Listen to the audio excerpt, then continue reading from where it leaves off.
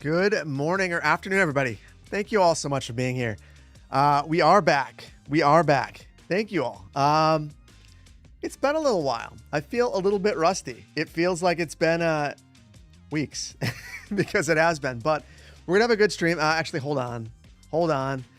I'm so rusty. Look at that. I got the focus all screwed up. Hold on. Maybe I should just sit in the background, be blurry. 1 second. I can fix this. How's everyone doing? It's evening. Well, welcome on in. Well, we got a couple of really fun things to do today, but I feel like I should tell you where I've been. If you didn't notice, I've been pretty open about it. I feel like I should be focused for this though. Considering that's one of the issues is focus. Hold on. Okay. Focus. Manual. There we go. Oh, I'm clear now. Cool. Kano, what's up? Welcome on in. So since the last time that I streamed, I started going to therapy. I've had issues for a little while now, and I've been trying to resolve them. New Banff was an attempt to resolve them. Basically, for the longest time, I've been struggling with content creation, and I've been trying to figure out a way to make it healthier and work better for me. So Banff, the whole idea with Banff was that I could go to ad on Twitch. Hold on. I'm not going to go into that all. Yeah, I'm trying to focus. And we get the ad break, of course. I'll stop. Well, wait a minute. Good evening from Preston. Welcome on in. Thank you for being here. Welcome on in. Glad to see you back. I appreciate you. It's been good. While we're waiting, Komrowski, thank you for 29 months. Almost 30 is a lot. Blue Eagle, thank you for a year of Prime. MPB MKE, thank you so much for 19 months. First Necron, 32. Thank you so much. Welcome back, Bleed Purple, for sure. It reminds me, I've got to get Vainglorious and my tickets lined up. Hopefully we get to see you. Cord, thank you for 26 months. JMB, thank you so much for 26 months. Pagan Scorpio, thank you for 13. Dr. Dreaded, thank you so much for 20 for the tier 1. Greg, thank you for 30 months. That is wild. Serial Lurker, thank you for 17 months. Darth Frostbite, thank you for 22 months.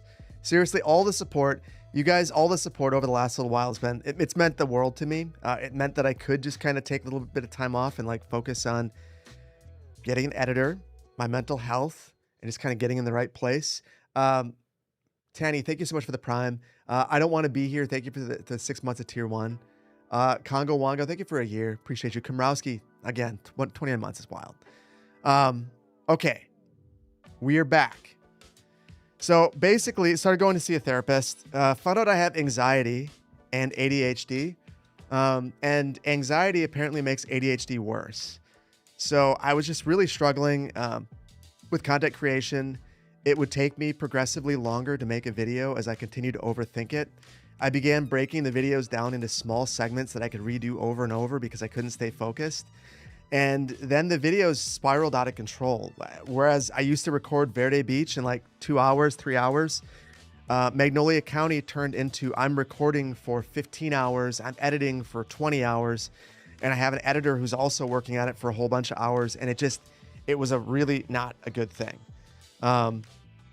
So with New Banff, the great thing was I was basically taking this extreme focus that I could have and focusing for 2.5 hours tops and recording.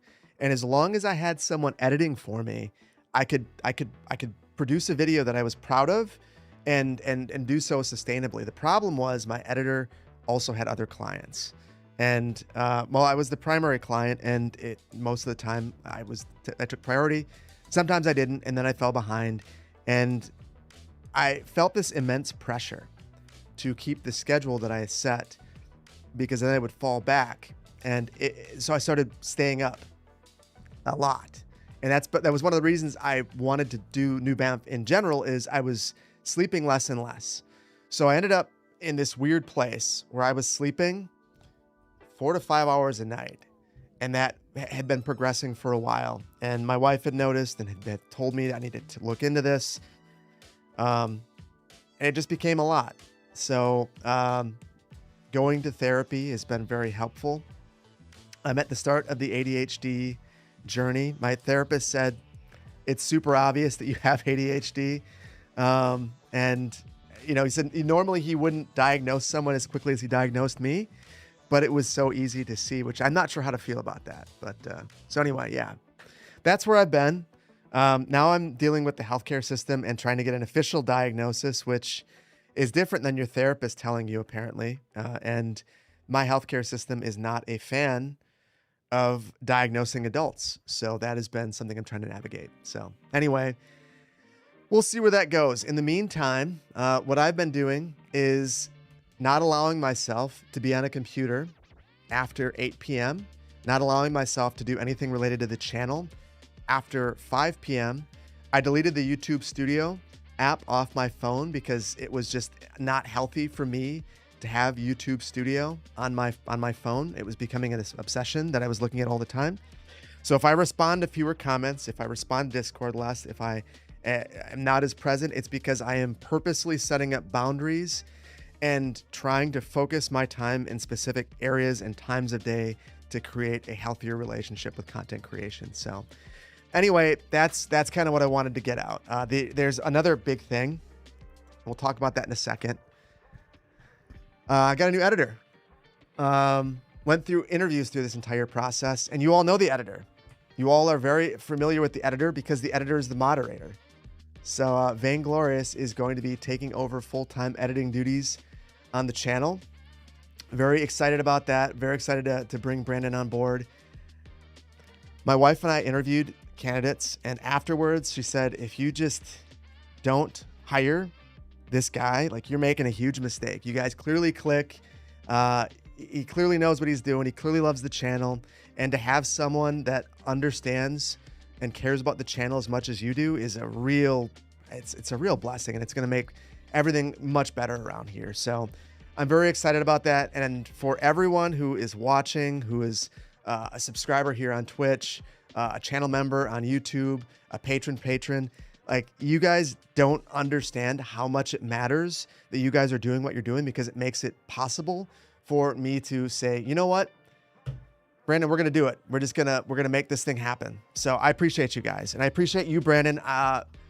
Brandon is going to come out here and hang out, learn the ropes a little bit, and we're negotiating the logistics of everything for the time being, but and this is going to be a surprise to Brandon when he's out here. I think that we should co-stream. So I'll make a setup so we can both be in here.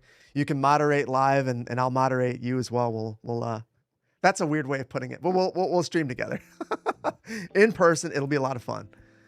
Anyway, there's all the big news. Actually, there's one more big thing, but we'll get to that in a second. Mehmet, thank you so much for the tier 3 for 27 months. It's wild. So yeah, anyway, yeah, it'll be fun. It'll be fun. Do we really want to see Brandon smack Phil behind the head live? I mean, Cord, isn't that the fun of being in person? I think it's gonna be awesome. I'm super pumped. Here's the thing. I've known Brandon at this point for, God, you've been here since the beginning, dude. It's wild to think that someone who's an OG, is going to be working alongside me to make these videos. I think it's going to be really good. How many private jets? Well, I figure we just get you your own private jet. You can just fly to the studio whenever you need to. We'll get you your own pilot waiting on call. Well, so I've never played Astroneer, so maybe Brandon has to teach me how to play. It'll pay for itself. I think so. Rookie, thank you for the biddies. You glad I'm feeling better? Yeah, I feel so. Guys, I don't know how to explain how much more time I've been sleeping. I've been sleeping 8 hours a night. And that's really the big thing that I've been doing over the last little while is I've been sleeping for 8 hours a night and not thinking about anything besides my family and hanging out with my kids. And, you know, I had my wife say, it's good to have you back, which is kind of it's a good thing to hear and a bad thing at the same time. I had my kids tell me how happy they've been that I've been more active, and that just like, to me, that's just like, it shows how much I had been spiraling, and I need to never do that again. Like, so yeah, it's going to be a good thing. Lots of good things. What's my favorite CS2 DLC? Supply chains, without a doubt. Sleep is so important for mental health and for physical health. It's crazy. Yeah. Honestly, it is crazy I mean, when I would lose my words or guppy brain out, I think a lot of it is that I couldn't maintain focus because my mental clarity wasn't there. So I feel like I'm in a much better place. That's not the only thing that we have to talk about. Hold on. I got to show you something because this is going to frame everything that we are doing today. Hold on. I'm gonna make sure I'm hitting the right button. Okay.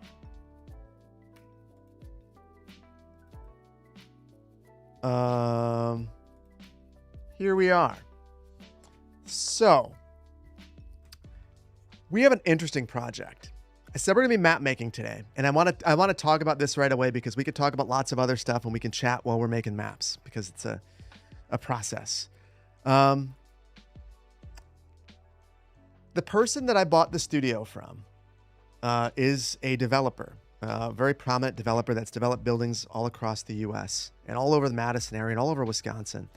And he approached me at closing with the idea of partnering on a development.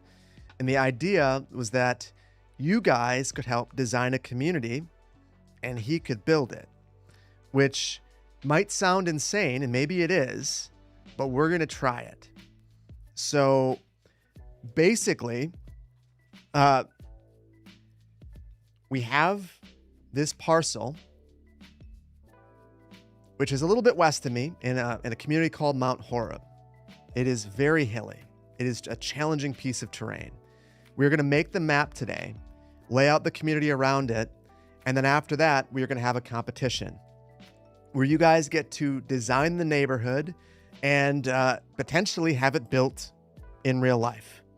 So I'm going to take my drone out there and get some drone shots so you get the real feel for this.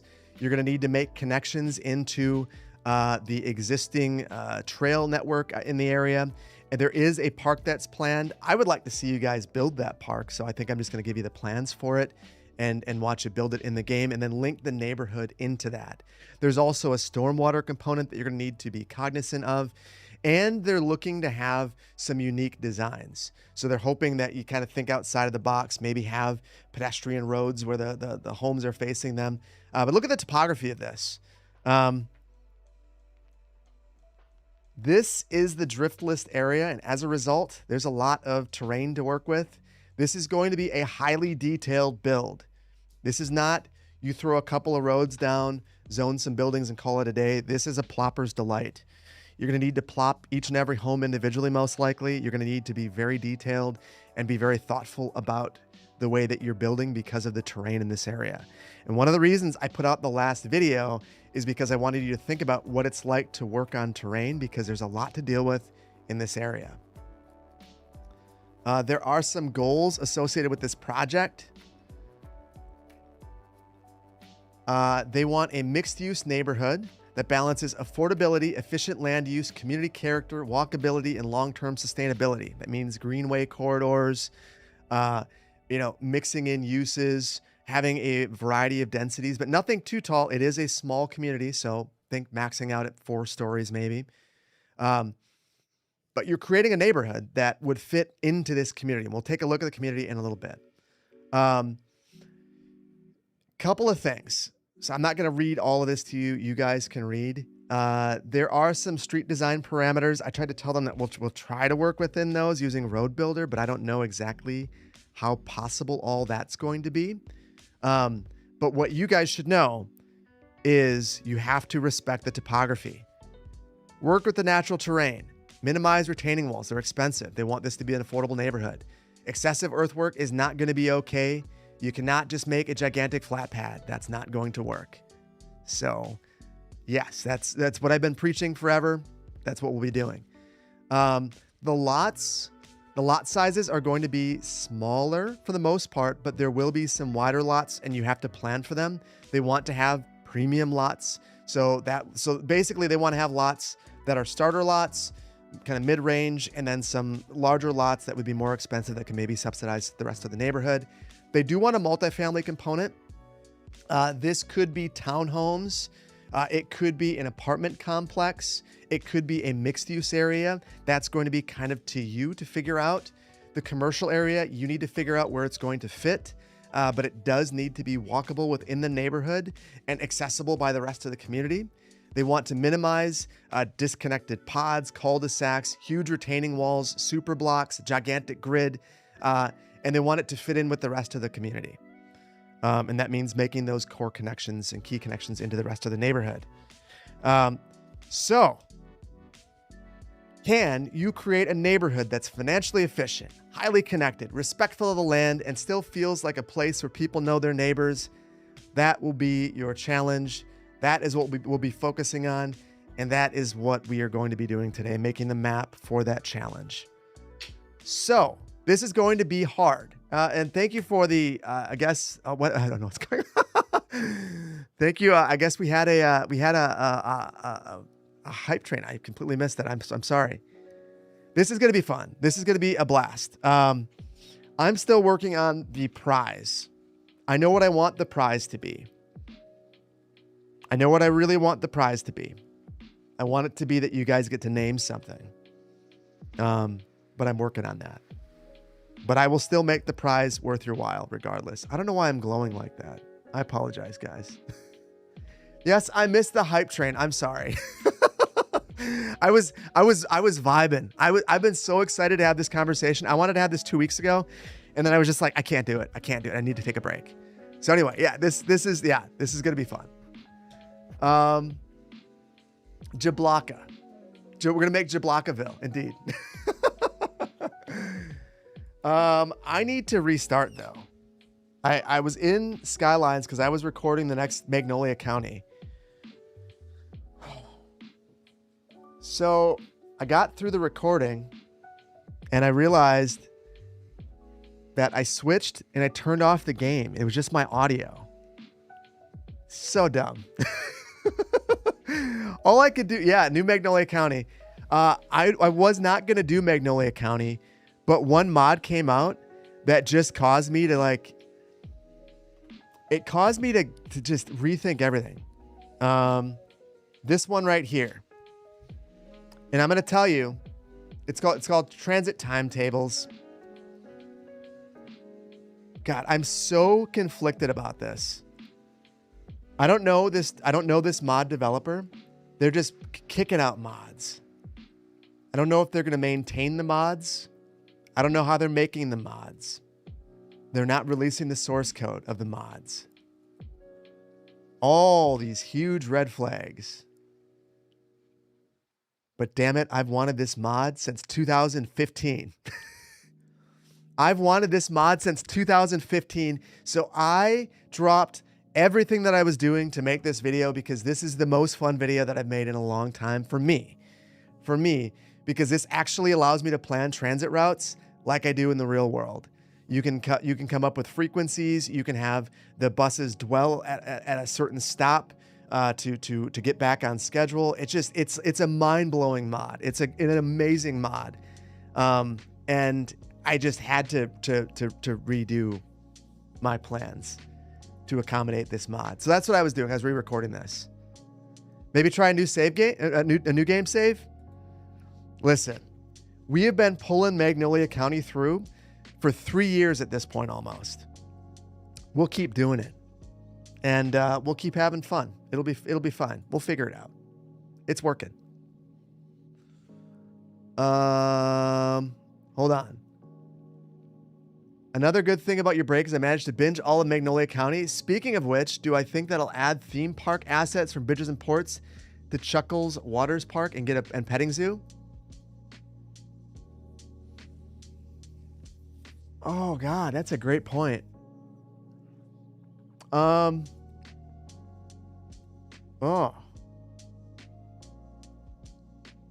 So it's not just that.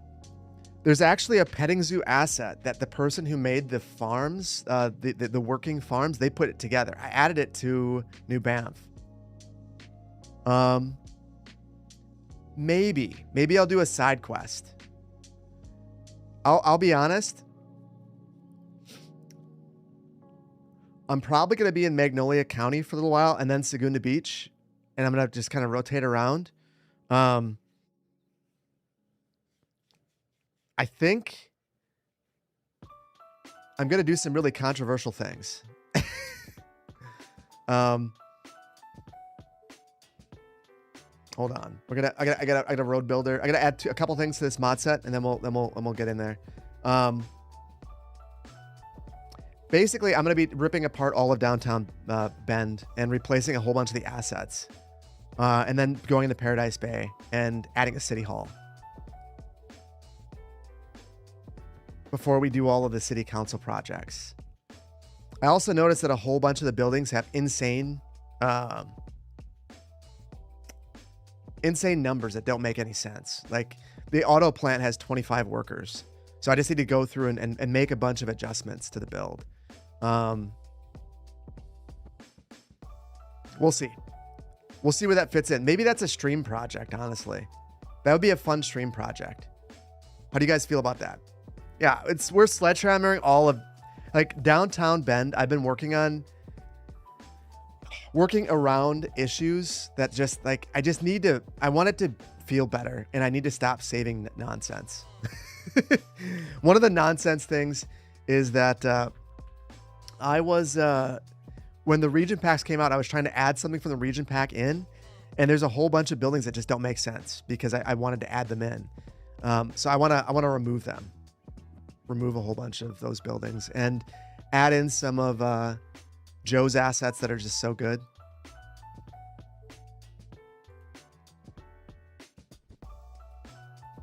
Okay, road builder.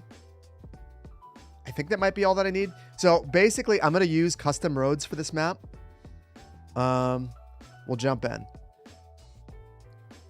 So Joe is saving North American builds. Seriously, honestly. Oh, first of all, Poplar Ponderosa, good to see you. I'm sorry. I feel like you and I usually talk a lot, and I've talked to nobody as of recently. So it's good to see you, buddy. Glad I'm back and happy. Taking care of my mental health is so important. Yeah, I think I probably should have done this a long time ago. Honestly, the video I made for zoning out, talking about my mental health deteriorating as I started working from home, should have been a huge red flag to me. That was anxiety. And I just didn't think of it as such. And I should have been. Shoulda, coulda, woulda. Making changes now, better late than never. That's the way I look at it.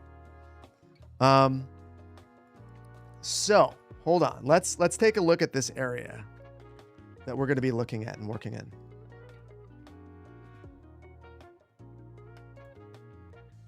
Here we are. So this is Mount Horeb. Mount Horeb is a village, a little under 10,000 people, directly west of Madison. So here's Madison. Here's Verona, which is where Epic is. If you've ever wondered about Madison's version of Google, it's a healthcare company, and it has an eccentric billionaire that's building her own personal Disneyland. That's where that is. And then if you go directly west of there is Mount Horeb. Mount Horeb's claim to fame is that they taught the rest of the state, and by proxy, a lot of the rest of the U.S. about roundabouts. So all these roundabouts, these are some of the first roundabouts in Wisconsin, which is kind of wild. The first roundabout that I ever navigated through was indeed this one in Mount Horeb. The other claim to fame for Mount Horeb are trolls. They're like their mascot. So anyway, we are going to be building here in Mount Horeb, home of the roundabout, a quick trip and trolls. And basically the neighborhood that we're going to be building, if this is the quick trip and this is the downtown on Main Street, This is the area that we're working in. The city owns this property, and we'll be working with them on the project. We've got a trail right here that we need to tie into.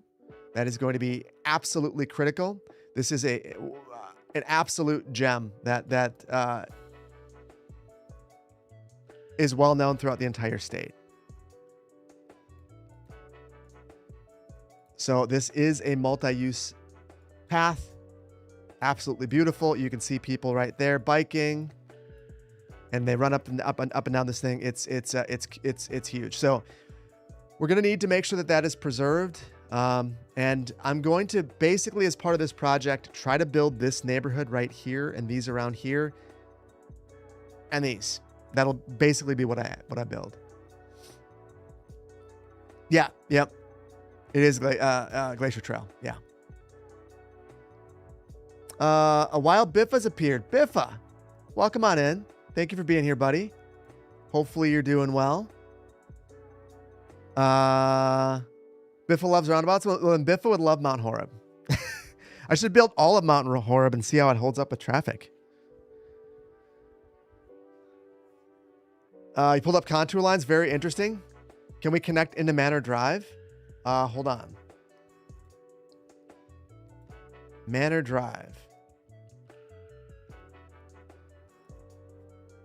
I would say yes. To me, this looks like Manor Drive is meant to connect. I think you could also connect and urbanize Wally Road right here. This is an electrical substation, I believe. We were looking at the plans. Let me double check. Yep. So you'll have to work around that, but I think that you could connect into this road and urbanize this one too. You could urbanize this highway back here if you wanted to. In fact, I think you probably should urbanize this. The question is what it looks like. You could add a roundabout right here, a whole bunch of different things. But yeah, I would look at Manor Drive and say that that's totally reasonable. You could also try to punch through over here and make another connection in, however you want to handle it. I think that we're basically looking for you to act as the consultant to the city and provide these ideas.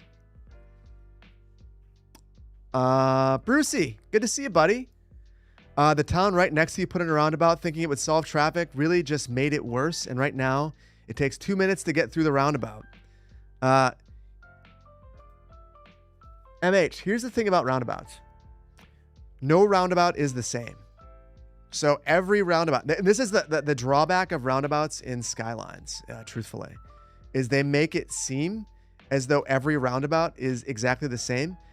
But here's two roundabouts. And if I could overlay these, you could see that the geometry is different. And that difference in geometry, even if it's ever so slight, will change the way that people negotiate and navigate through the roundabout. And as a result, a poorly designed roundabout can be a detriment to traffic flow. That said, generally, a well-designed roundabout will prevent collisions.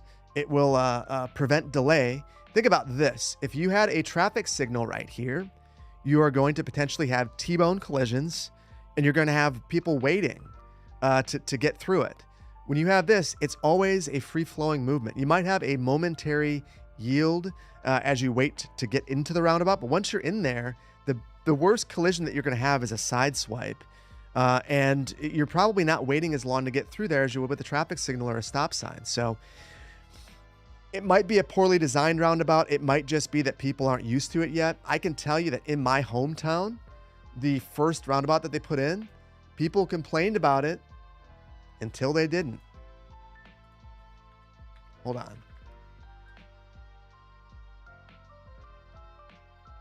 Let's see.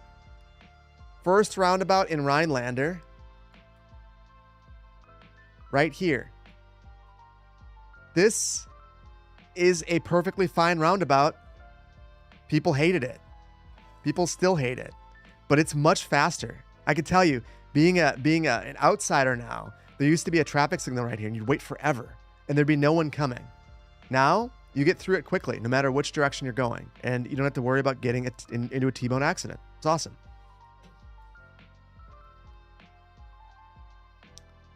Your city traffic flow is awful. The stops are desynced. That happens. That happens. In fact, when I worked in Sun Prairie, we didn't have dynamic traffic signals, and they would fall out of sync ever so slightly over the course of a year. And that would feel like a lot after that year was up. And we'd have to call, I can't remember what the company's name was, but the company came in, they would retime it every year. So if you were at that time close to the end of the year, it felt brutal. Okay. So to begin, I'm going to be pulling a height map. So I'm going to this terraining website. We're going to modify things. It's set up to CS2. Got a resolution in here. Using some of the information from Paradox, the Paradox wiki. You can kind of go through here and figure everything out. I am going to be looking, though, to Poplar ponderosa. Because if I'm screwing something up by not adjusting something, I know that there's something I'm supposed to change. I think it's underwater. Can't remember. But basically, rasters, yeah. The American mind can't comprehend a roundabout. My American mind can. You already have thoughts. Hold on. Oh, wait. Jazz Doyle in chat says they're watching from that epic campus. That's awesome. Thank you, Brandon. We got some folks at Epic watching. That's awesome.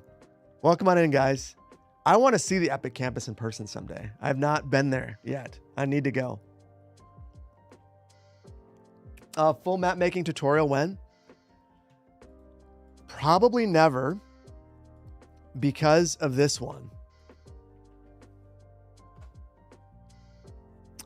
This tutorial, which is from Ancient Swan, is the one that I have been using for years at this point. Walks through using this website that I'm currently using, as well as using QGIS to make the maps, and then different tips that they've used. Now, obviously, it's super outdated at this point. Poplar ponderosa also has some guides. I am not the expert in this at all. Yeah. Poplar's never made a full one, but you got some tips and tricks that are worth checking out. But this is basically the definitive guide to map making. They teach how to set up QGIS if you want, and it's hilarious. Ancient Swan is just amazing. So yeah.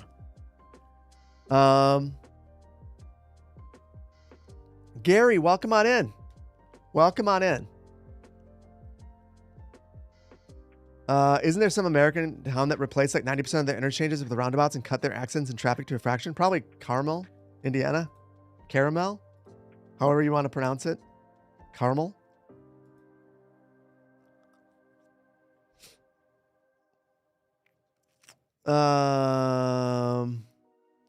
How big should I make the map to work in CS2 scale? Well, that's the great thing about using this website. It's already scaled appropriately. So when you look at what it's showing you, and that's a good thing I should explain. So right here, these are the tiles. So the center here, we got 4 tiles. If you want to do CS1, you can switch it to CS1. There's the 9 tile area. We can also do CS2. I got the tokens, don't worry. Anyway, let's configure this. I need to get the API keys, and I've hidden those. Hold on. Did I hide those? I did. On my little baby monitor that you guys can't see. Hold on.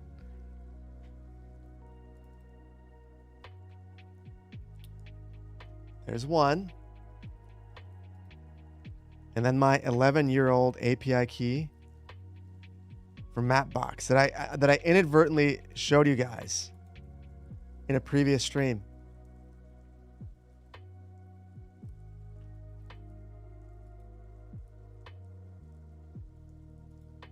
There we go. So now I should be good. Am I excited to modify my hometown? This actually isn't my hometown. I've been here on a few occasions, but it's not my hometown. This is, I wouldn't even consider this a suburb of Madison. It kind of is, but it's a neighboring community. But this whole area is super cool. I would, if it made sense, like, so my wife wanted to move to Cross Plains at one point. This whole area is very hilly, and you could see even by looking at this map, the terrain gets really different the further west you go as you get closer to the Mississippi River, and you end up with a whole bunch of valleys and pretty big hills. This is kind of where it begins. So it's just a really pretty area. But it also is very difficult to build in. There's a reason why Madison's right here, and there's no big cities west of here because the terrain's just really challenging. This is also where Frank Lloyd Wright lived. If you guys are curious about that, he lived out in Spring Green, which is right here. And his studio and one of his colleges is actually up in that area. So it's a very inspiring area. Anyway, I am going to export a few things.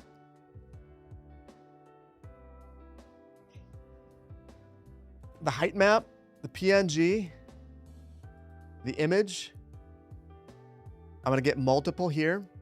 Streets, outdoors, light, dark, satellite streets. Give it all to me. Feed it to me. I need it all. So basically, I'm going to be able to take and shuffle through the images. Oh, whoops, I didn't mean to get that again. The raw height map and I think the PNG is the only one that I need. The raw one I don't actually need. The PNG will have the world map and then the internal height map as well. Barneville, that's the heart of the Dutch Bible Belt. So a lot of the towns out here were settled by very specific areas, and as a result, they were named after those places. That's why we have like New Glarus. Where's New Glarus? Somewhere over here. New Glarus. New Glarus is Swiss and very proud of that. They have a Swiss historical museum. And I know someone from New Glarus, and they can trace back to when their family moved there, and their family's always been in New Glarus. Stoughton, I believe, is Norwegian, and they have a whole there's Norwegian flags all up and down it. Some of the cities are German. So like, yeah, it's a southern Wisconsin's interesting. It wasn't like that up north. So yeah. Home of Spotted Cow, indeed. Yes. Yeah, New Glarus is home of Spotted Cow. Blue Mounds, Mount Horeb, your hometown? Wicknap. It's a beautiful area. My kids actually had a field trip to Blue Mounds the other day, and they were dreading it. And I was like, "You're gonna love this. You're gonna love this. That whole area is so cool." Although I've never been in the caves, the Cave of the Mounds. I want to get there. This is near this area. At some point, I need to get here. Looks so cool. But I had not been there yet. Sorry, all over the place. We'll get on task. Totally love it. Is it pretty good? It's been on my list of things to do, and I don't know why I haven't gotten there yet. You love caverns? I've never actually been in one. And I feel like I've been to places like, I know Kentucky has a lot of them, and I've visited Kentucky, but I've never gone to a cave. Should. There are a lot of Italians in Janesville.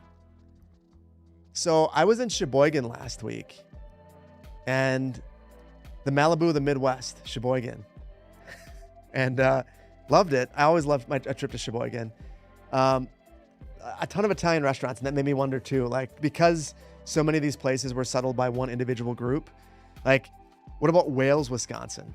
Is that Welsh? Is that why it's called Wales? It would stand to reason.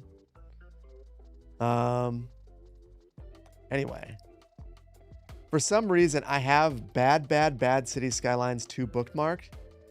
I use that to get to the actual City Skylines directory. Gonna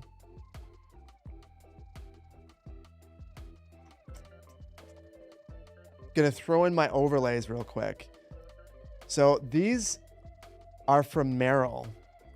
I don't want to get rid of these.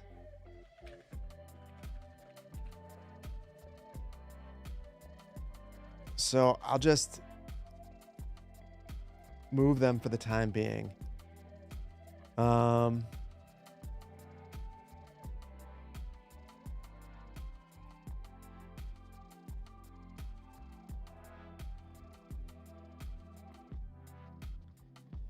So for image overlay, I want all those here. And then I also need the height maps. And I can't remember where those go, but I think in here I have...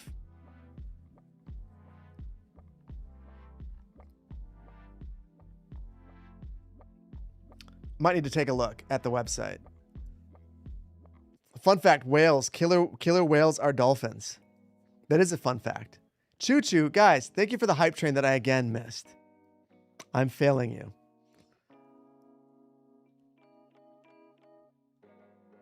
Oh. Hey, Poplar.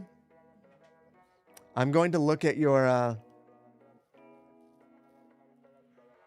I might read your message aloud because it's worth doing it. First thought, is terraining going to have enough terrain data for this project? Lots of terrain data is surface elevation. That includes tree canopies and buildings. Terrain elevation data is more accurate, more involved to acquire. How important is it for this project? Oh. So I could get that. I know how to get that. I don't know how to use QGIS. That's the bigger problem, Poplar. We do have Ancient Swan helping. No, that's a good... Here's what we're going to do. We're going to see how it looks. If it looks trash, then we'll investigate the QGIS route. And I will use my irritating old connections, or I'll irritate my old connections and ask them for data.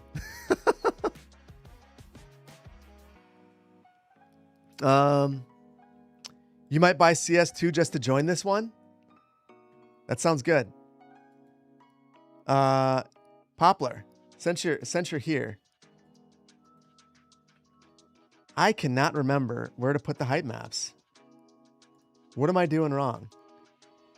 What am I thinking? Height maps. Do I just make a folder called height maps? I bet you I do. My irritating old connections, Freudian slip. Never.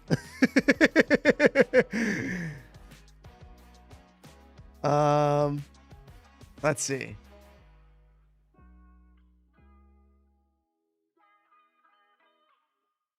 Height maps folder will automatically appear. It will not. There is no height maps folder.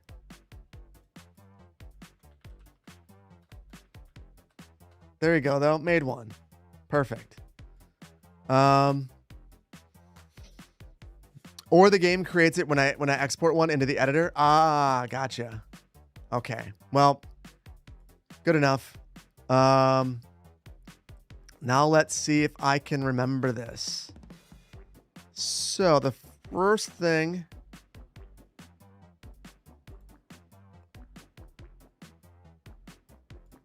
Import the height map. Oh, cool. I get to figure out where I put this.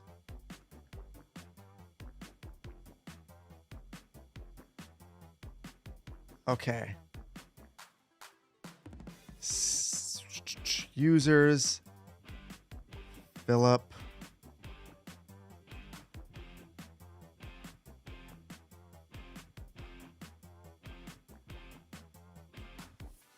I'm making this harder on myself than I need to. I'm making this harder on myself than I need to. You know what? If they don't care where my height maps folder is, I don't either. This is the height of quality organization. Drop it in the C drive. And then the world map. Did I screw this up? Indeed.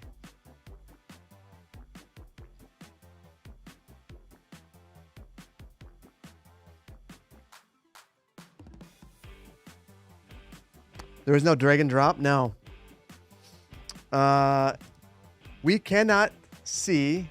You cannot hide or move chat. What? Oh, yeah, I can, hold on.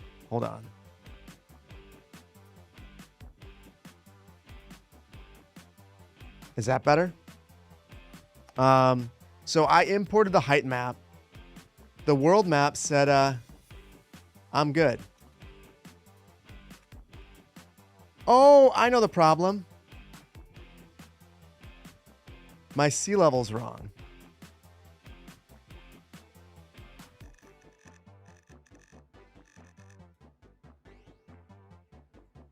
That looks much better. That looks much better.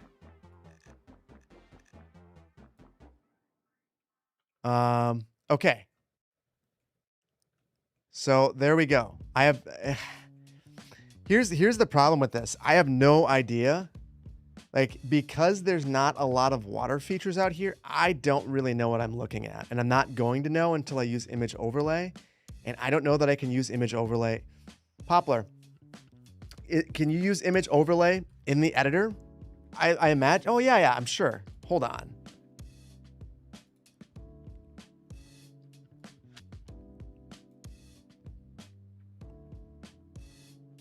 You've used it? Yeah. Did I try unplugging it? Yeah. Totally can. All right. I should get 1 DTM. The precision of terraining is 10. Hold on. Now I'm losing that message. Give me 1 second. Oh, I'm still having the YouTube issue now. Good for me to know this. But give me 1 second. I should get a 1 meter DTM. The precision of terraining is 10, and that would allow the whole height difference of the terrain we have to build on. So it's not going to work for this competition. Crap. Yeah, you're right. Oh, Dan, thank you for the super chat. Appreciate you.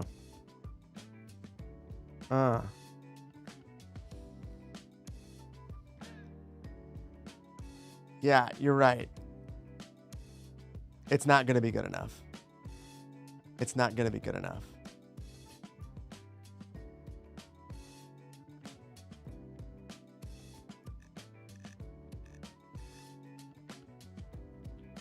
So let me demonstrate why.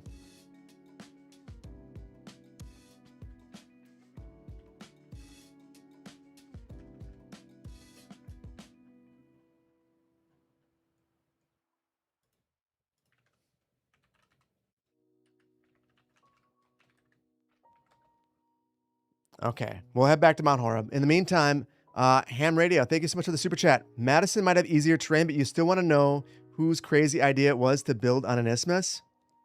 Doty. He owned the land. He said it was the perfect spot. The state capital was supposed to be Stoughton, which is much more logical from a being able to spread out standpoint. But he convinced the state that it was the perfect location, and then master planned the initial few blocks.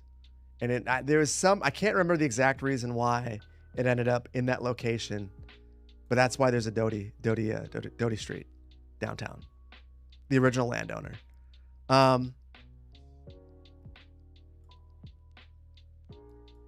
There is a body of water that is showing up. Is this now? Is that water? Looks like it, potentially.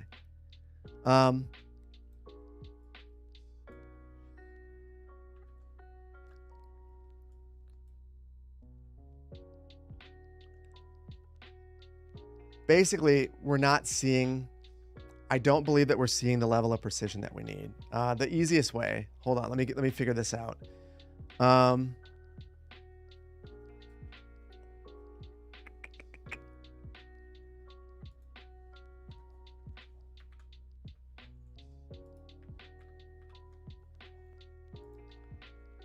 I am turning on the overlay. It's just too transparent and I'm not sure that I have the right one.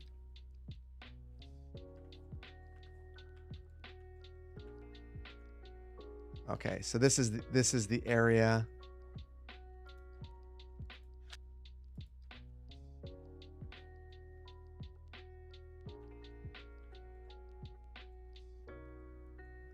Hold on.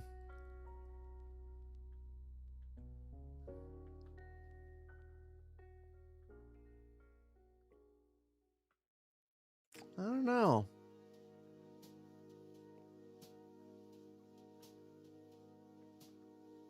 I don't know. That looks pretty good to me. I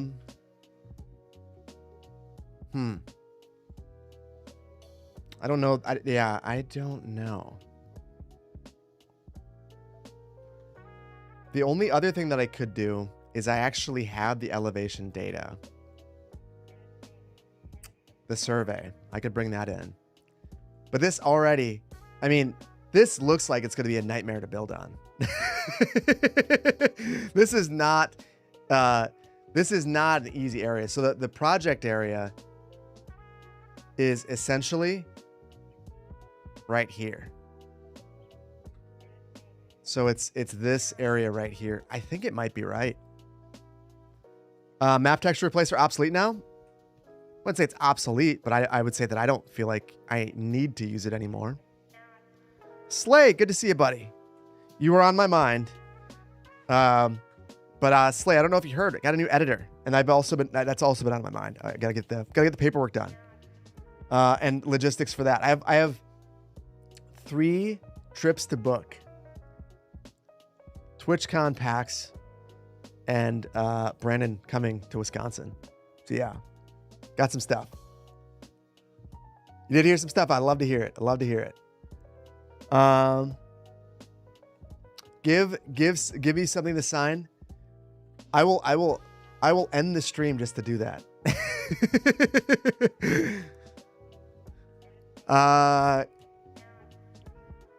So yes. Okay. I think we're going to try it. I think I'm going to try to build here. We're going to see how it looks. I think it's going to be Poplar. What do you think? When you see this, does this look reasonable to you?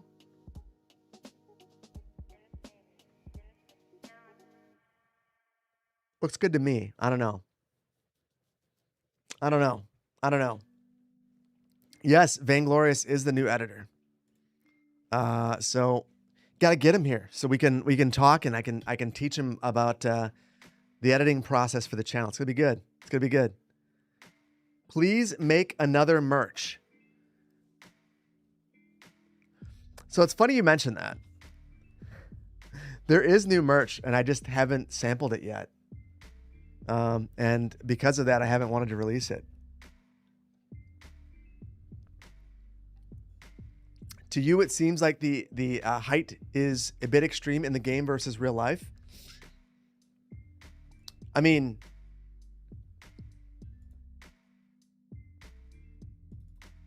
hold on. That thought.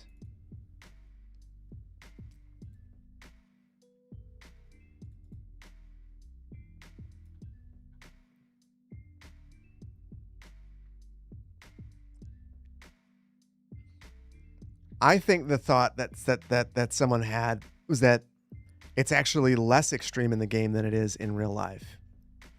Because if you look at this, each one of these lines is 1 foot. That's one of the things that I struggle with is we're doing the conversion between meters and feet in the game. So it's not going to look exactly the same. But yeah, this is super hilly.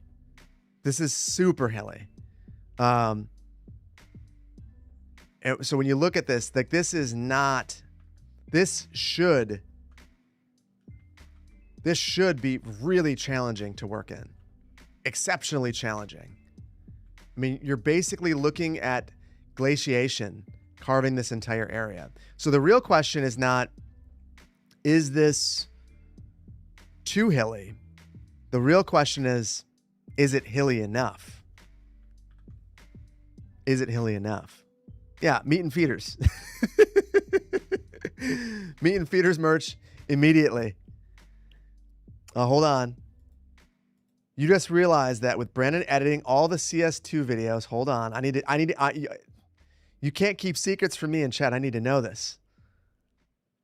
Are magically going to become Whiskerwood videos? They might. You'd actually love that merch. So now that Brandon and I are going to be working together, that's the big thing. He can remember stuff like this, so and then remind me incessantly so that I don't forget. I need that kind of help. Okay.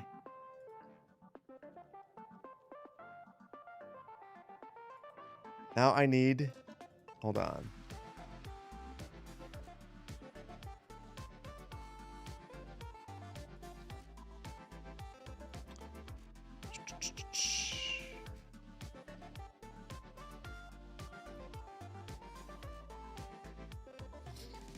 The real question is now, do I start with Road Builder?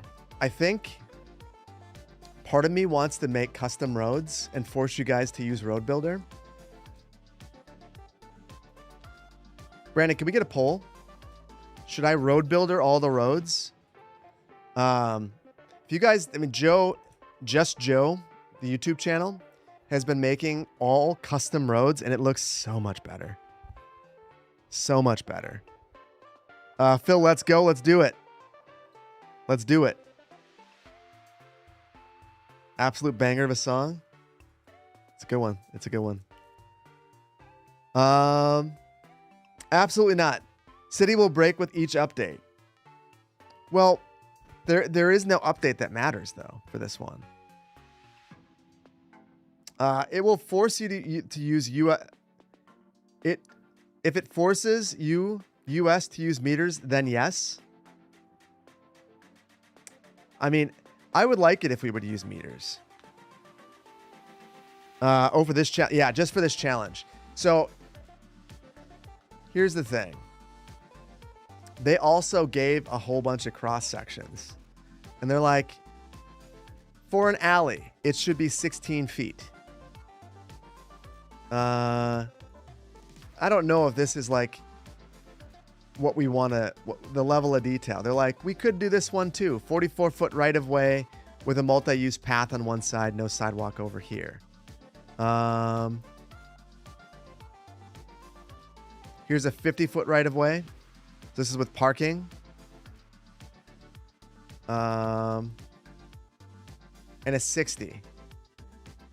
So this is a median, parking on one side, multi-use path. I think the thought process there is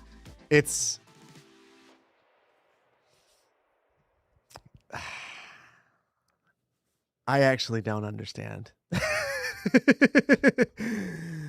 Yeah, I don't know. The Road Builder show is back. I love Road Builder. The only problem with Road Builder is that it's in meters, and I don't know meat and feeders. Not that conversion doesn't work in my head. Is this project sponsored by VW? They want to sponsor it, sure. Did I end up naming a song after you a few weeks ago? You don't think you ever heard it? It's not released yet. It's still in the thing. Yeah, 3-1 is kind of what I've been going with. I feel like that's good enough. 3 feet to 1 meter. VW won't be sponsoring much. They're currently on the struggle bus. I did have a VW and I got rid of it. I was not a fan. So it was fine. I just didn't enjoy driving it. What are the calculations for? For the width.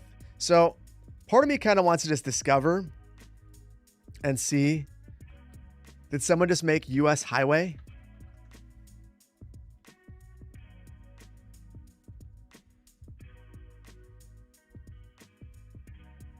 Oh, God dang it. I know what I'm going to end up doing.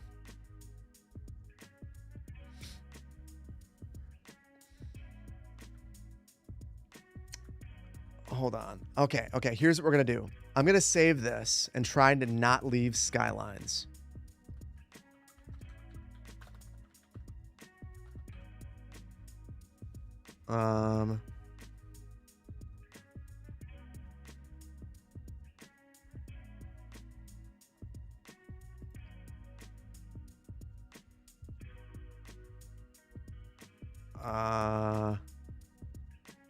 Just want to save.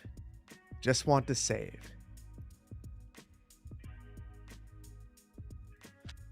There it is.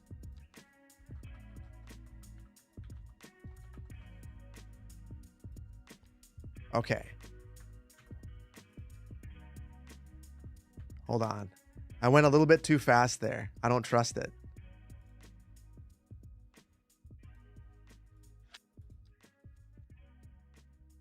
Okay, it is there. I'm going to get the North American highways to start. We'll start out with just the roads. What is the name of that mod?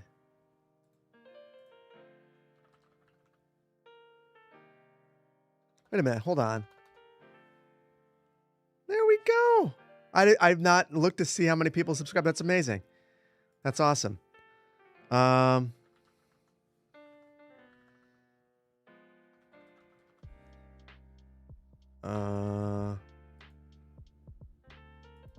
These North American overhaul. These are really good. These are really good. Outside of that, yeah, more lanes. You need to look this up. Oh, Houston.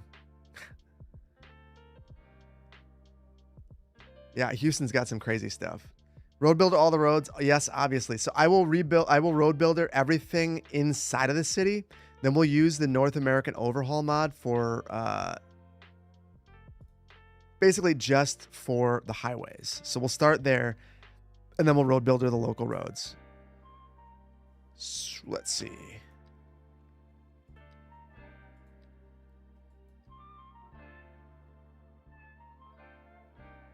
Icy, I owe you a message. I saw your message. I've just been all over the place. I apologize. Hopefully you're doing well. Fahrenheit's confusing. If it makes you feel any better, it's confusing even to people who understand it.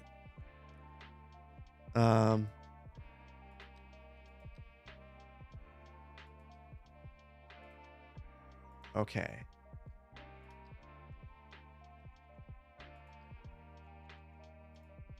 So now I get to do the fun of navigating through this thing. North American overhaul. So I think we're going to start out with 151. So this is the road that goes all the way to Madison. This is Madison over here, actually. And I am technically on this map right now. There's the giveaway of my location. This is Mendota. This is Monona. And I am somewhere in this map.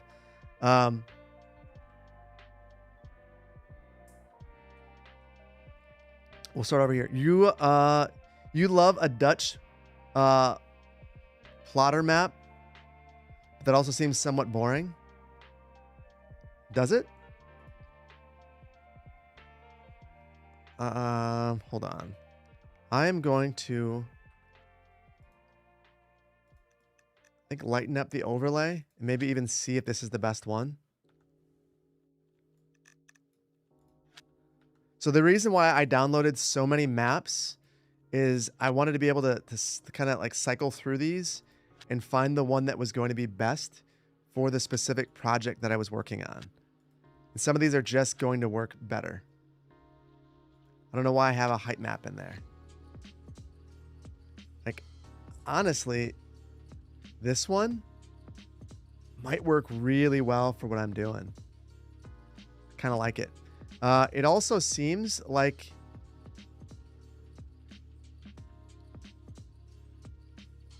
something's off. You can see the line right here. Where does it end? It's shifted. So I'm holding down Control, Shift, and then arrowing, and then you can kind of move it over.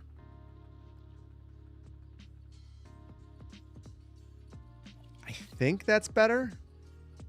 It's very important to get that right, obviously. Otherwise, we'll be building our roads in the wrong spot. But just kind of looking at the way the road is wrapping around the terrain here, it looks better to me. Like this road right here wraps around the water body. So it just, yeah.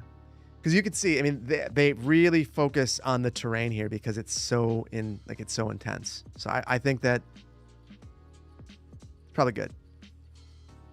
Lenny, first of all, I have missed all stuff, everything that's happened in the last little while. I'm gonna take a break and thank everyone who's given anything. Lenny, thank you for the 5 gifted sub. That's super generous of you. Artemis Bacon Bits, thank you for the 23 months. Phil, thank you for the 20 months. Good evening, everybody. Good evening, Phil. Board and Bench, thank you for 9 months. Logical Magic, thank you for 13 months. You love making maps. You're just not great at it. I'm not either. The great thing about maps is it's an art. You just got to keep practicing. You'll get better eventually. And for some people, it ends up being the most cathartic thing. And it is kind of cool just to be able to create this and then share it with the world and see how many people look at it. Lane, it's someone say making maps. Indeed. Thank you for 27 months. And Lane, so if you want somebody who's making some quality maps, Lane Gandy, putting together some great maps. Phantom, thank you for 10 months. Is this map a big, urban, sprawling city like I mentioned a while ago? Also great to see you back. No, this is a small town. And this is a map that you will design a neighborhood and it might get built in the real world. That is the whole goal of what we're going to be doing for this. We're going to be potentially getting this built in the real world. That is the whole point of this. So it should be a lot of fun.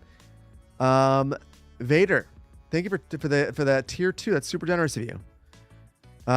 Gary, thank you for the 5 gifted subs, and thank you for being here. Hopefully everything's going well, better for you. Jas, thank you so much. Jas Doyle, thank you so much for the Prime. Phoenix, thank you for 7 months of Prime. God of Radio, I owe you an email. I will get that back to you soon. I did read it. I just have not. I read it in bed. Happy Friday, Phil, and the wonderful folks in chat. Thank you, Phil, for what you've created. Thank you for the CPP community and for always being so great. I appreciate you. And I appreciate your support over the last little while. It means a lot to me. Orange Juice, thank you for the 4 months of tier 1. Insane, thank you so much for the gifted sub. That's super generous. X Faction, thank you for the 2 months of tier 1. Skinwalker John, thank you for the Prime. Camper, thank you for the 10 gifted subs. And I apologize I didn't see it sooner. I apologize. Local Magic, you just got back. What'd you miss? The shout outs? Did I call you out? Local Magic, I'll call you out again. Thank you. Dr. Dreaded, thank you for the biddies. Appreciate you. Another good thing about your break is you managed to binge all. I got that, but I appreciate that. Johnny, thank you for the Prime.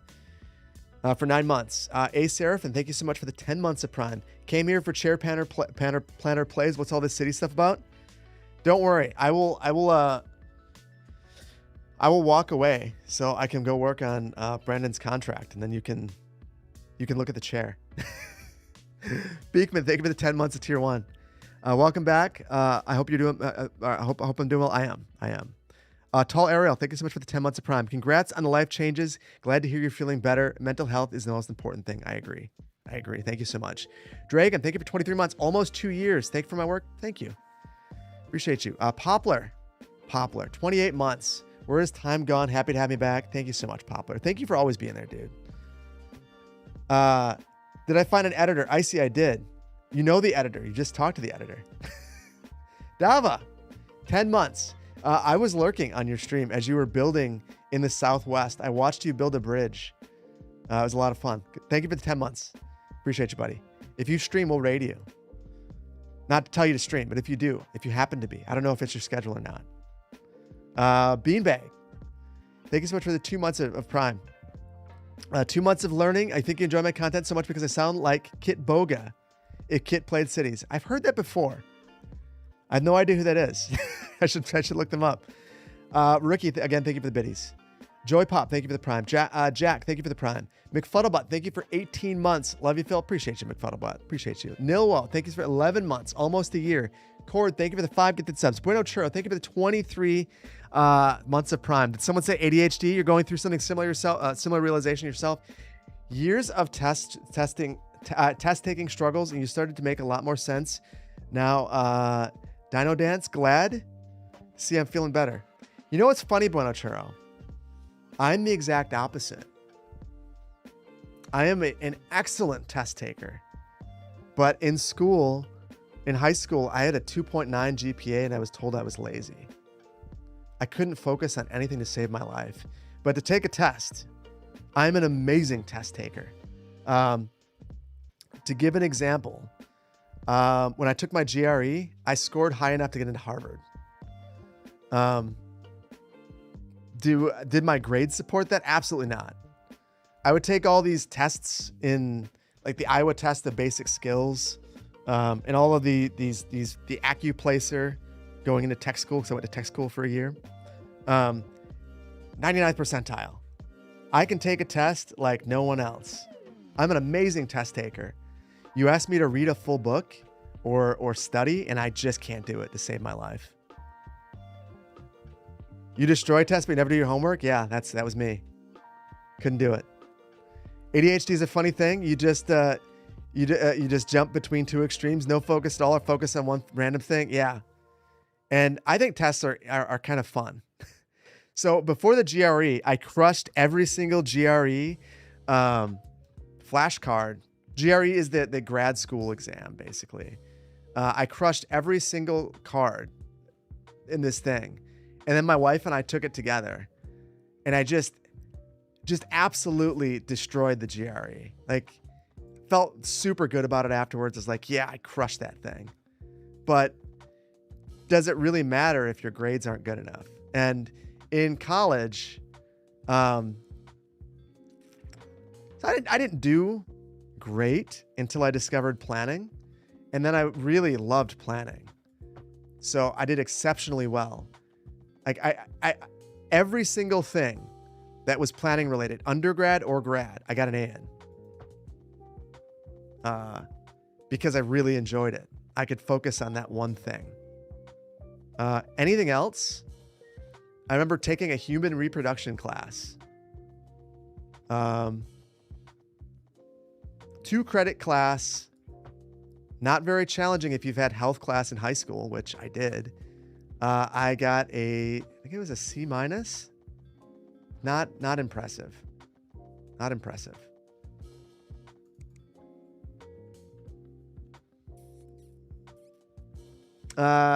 They treated the GRE like it was applying for a position at the CIA. They are pretty intense about it. I don't know. It's one of those things where it was like clearly they were taking it too seriously, but you also have to because they are.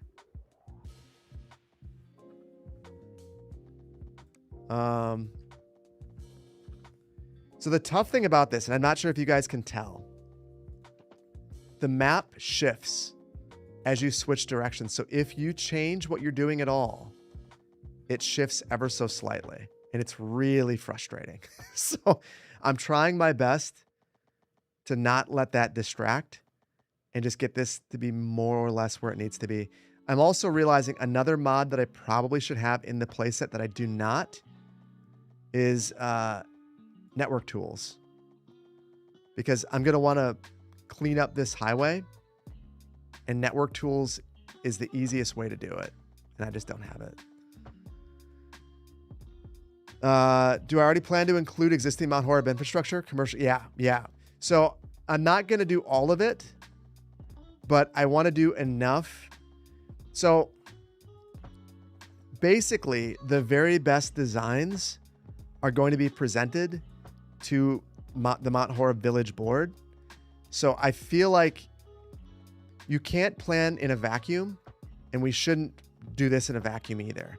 And I think that if the folks in Mount Horeb can't recognize their community and see it, it's going to be a distraction. So on the map, my goal is going to be to plop some of the existing housing and kind of put it exactly where it is and make the area around it very recognizable, so that when we present your designs, the base around there is all the same. The other thing that's useful with that is it means that you won't be able to touch those things. There is no eminent domain. You're not eminent domaining anything. You're not taking any homes. And I will say that very strictly, because I am not going to present anything where someone has eminent domain someone's home to anybody, because that will make the news. That's not going to be okay. If this is being presented in real life, we are not eminent domaining things. That's not okay.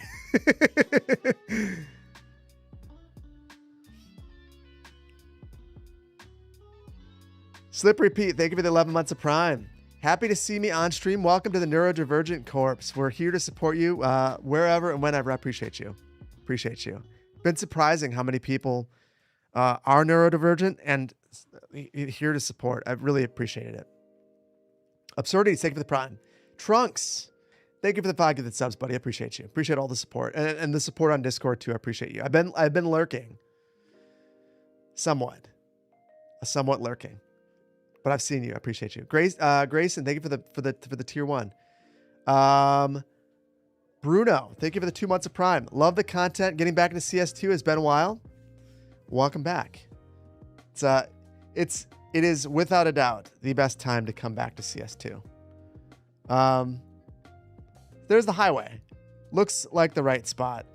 You could actually even see some of the grading. And this is what Poplar was talking about, how they're taking the elevation from existing trees, and sometimes the road and the grading will show up there as well. Not a big deal for this though. City builders really appealed to ADHDers. Maybe that's why I always liked him. Maybe that's why I always liked him. NIMBY's incoming. Well, so here's what I'll say about that. So yes, NIMBY's incoming, but if someone were to come up and present a plan where your house is gone and the city were to be like, here's our new neighborhood. By the way, we have to eliminate this neighborhood right here. No one wants to hear that. No one wants to hear that. No one wants to hear that. They want to hear that that you have a plan to take their neighborhood and integrate it well into the new neighborhood. Or, honestly, the NIMBY would say, I don't want you to touch my neighborhood at all. I don't want you to connect Major Street in. I want you to leave me alone. That's a NIMBY response. That one I'm not going to respect, but I will respect that we will not destroy their home, because that to me seems like a reasonable request. We don't destroy people's homes just because it would make a more cohesive neighborhood design. Yeah, CBB is not tearing down homes in the real world. And if I do, I have to have I think I need to get a bigger, I need some sort of, I don't know, Bobcat or something. I need to do it. If I do it, I need to feel the actual pain of doing it. You'd riot if you heard that, to be honest? Yeah, for real. You would. And you would have the right to riot.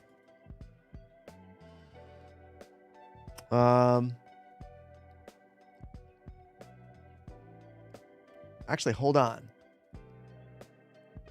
I've already created the road that I need next. This is a zonable highway.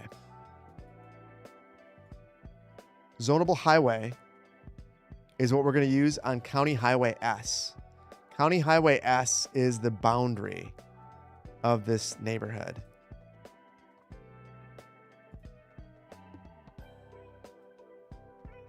Home bulldozing stream incoming. That's what I will do with my drone. I'll have so my drone has a tracking feature, so I'll have it track me as I bulldoze homes. It'll be brilliant. Build a roundabout district. Listen, the roundabout district is Mount Horeb. That's literally what they do in Mount Horeb. They just add roundabouts to their main street over and over and over. And I respect it. I respect it. I look at it and I think it makes sense. It's logical. It's a wise move. You work in a public service planning office. We have a small DJI drone. That's what I got. I got a DJI. My brother-in-law actually has a large one. One of them that they don't like anymore for some reason. DJI is amazing. And in fact, when I went to Stockholm, that was one of the things they had on the pedestrian road, a DJI store. And I stopped my wife and I just like looked in the window for a while. It was like the middle of the night, but quality stuff. What do I respect more, the roundabouts or the topography? Why not both? I think this terrain is amazing. I would in a heartbeat. It's funny. My wife and I have talked a lot about like homes and like the place that we've decided to live and like where we would actually choose to live if we had like, if we could do it all over again. And the funny thing is, I think that we both, at a time when I was super idealistic, which I guess I still am, but I'm less so than I used to be. I didn't want to live anywhere that wasn't like super urban or, you know, like just like the ideal planned place. And now a smaller town with a bit of terrain kind of sounds lovely or fine. I don't know. You have a 2 SE Mini. I got the 4 Mini. And there was some feature. I can't remember exactly which one it was, but there was a feature that ended up being the whole reason why. And I want to say it was something like, it was the remote control. I knew that without the remote control, I wouldn't use it.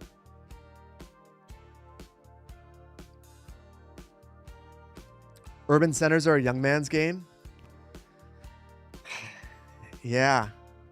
I do feel like I kind of just don't want to be by people as much as I used to. I love people. I love urbanity. I also love to sit by myself. I love to sit by myself in solitude and look at a plant. I think the older I get, the more I want to do that. Relatable. Be right back. Got to deal with some house stuff, Gary. I hope it's. I know what's going on, and I hope that things are getting better. Am I growing plants this year? Kind of. So my wife has a garden, and I support her gardening by helping her water. So at our old house, I was the one who did all the gardening, and then at the new one, she wanted to do it all. But maybe that's the wrong way of putting it. She just started doing it all, and I was busy with other things, so I just kind of like let it happen. And now I have not been doing any gardening, and I actually really miss it. I really enjoy gardening. So maybe I should do more.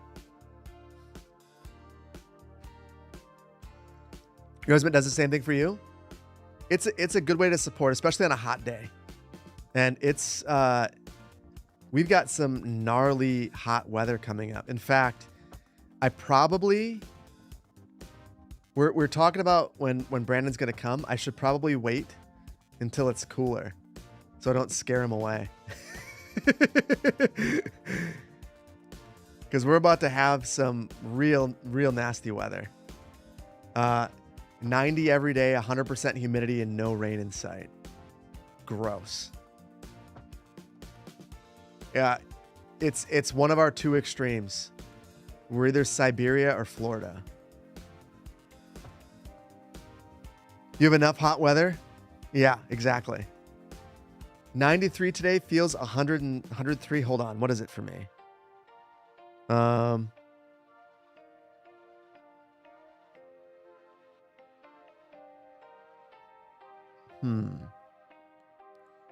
It's 81 and it feels like 83. And if you use rational units,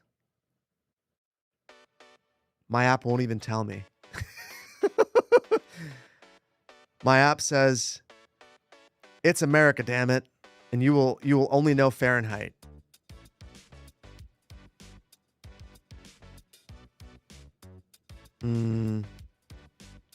Hold on.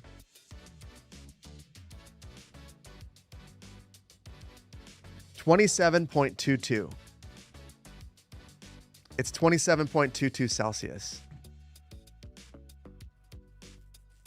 30 divided by 2? What are we doing? What is this? Negative 30 divided by 2? Charm. I don't know what that means. 26 or 27. Yeah.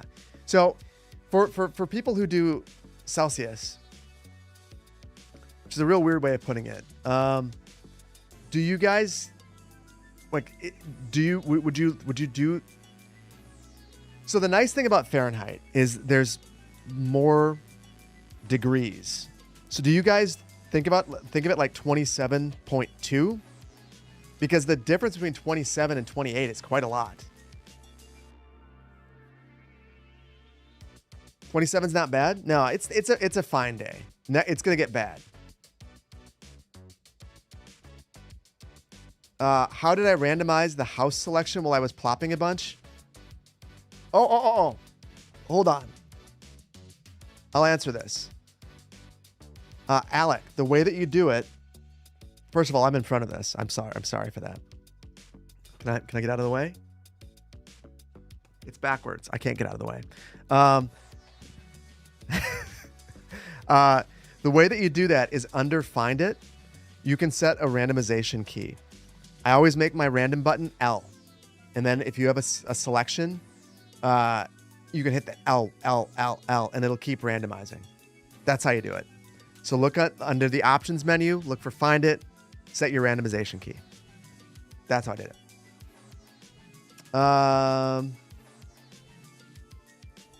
Just do full numbers for Celsius. Wow. So the level of precision is much lower. That's interesting. You want to live in Seattle, but your SAD won't let you. SAD. I don't know what SAD is. Dad, maybe? Your dad won't let you?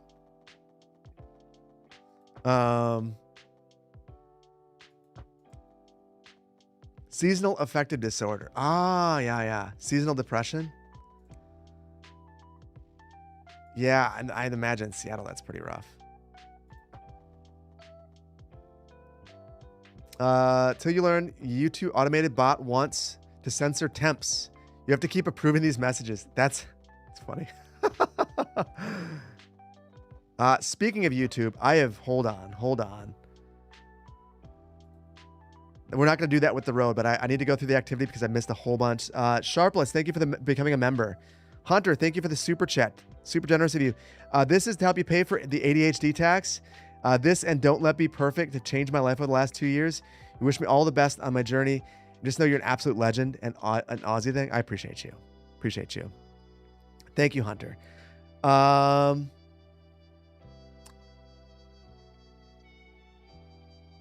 Megnut, thank you so much for the for becoming a member over on YouTube. DeWolfie, thank you for the super chat. For all that I'm going through, I deserve a beer. Cheers. Thank you. The funny thing is, I left my beer at home, so I've been drinking coffee. I'm drinking Kickin' Horse from Canada. Wine Dark, thank you for the 5 gifted memberships over on YouTube. Hopefully I have something to give you guys soon. We'll see. If I wouldn't have screwed up the video, I would have had something, but I screwed it up. Golden Star, thank you for becoming a member, or thank you for 7 months of membership over on YouTube. And Vainglorious, stop your YouTube members. Might have stopped you on Twitch, but not here. 46 months. Brandon, thank you so much. I've got to make you stop. I don't know how I stop you, but I've got to stop you. What is wait. Something's going on over on Twitch now.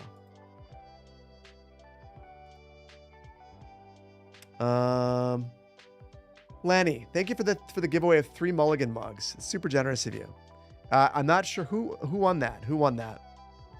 If you won that, I hope you enjoy the mugs. Vitamin D deficiency is apparently normal for ADHDers. I was taking a vitamin D supplement, and then I stopped because I kept forgetting about it. And then my wife started taking it, and she said she felt it made her feel like she was like basically like high. Made her feel so good. And maybe I should take it. So the interesting thing about the ADHD thing is a couple of years ago, my sister actually tested for ADHD and found out that she has it and is now testing for autism too. And that those are very related. So as I'm going through this, I'm going to be testing for, I guess I want someone that's going to test me for everything. And a big part of that is my kids. That's one of the big reasons I've wanted to do all of this is my wife has talked to me about my kids and how all of these things they're all genetic. And after talking to my therapist, my therapist basically said, it's kind of like when you fly on a plane. If something is happening, put the mask on yourself first and then help your kids. Because you'll be able to do it. It'll use so much less mental bandwidth if you understand what's going on with you to help them. So that is kind of where my head's at right now. And my wife had this audiobook. I can't think of the name of it right now. But it basically talked about ADHD, autism, and masking.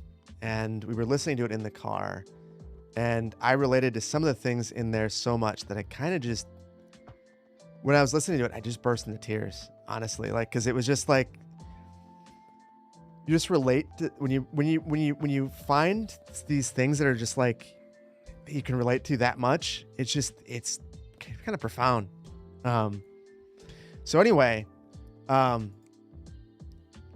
don't know where I was going with that, but that's like this experience for me, I guess. I will find the book. Hold on.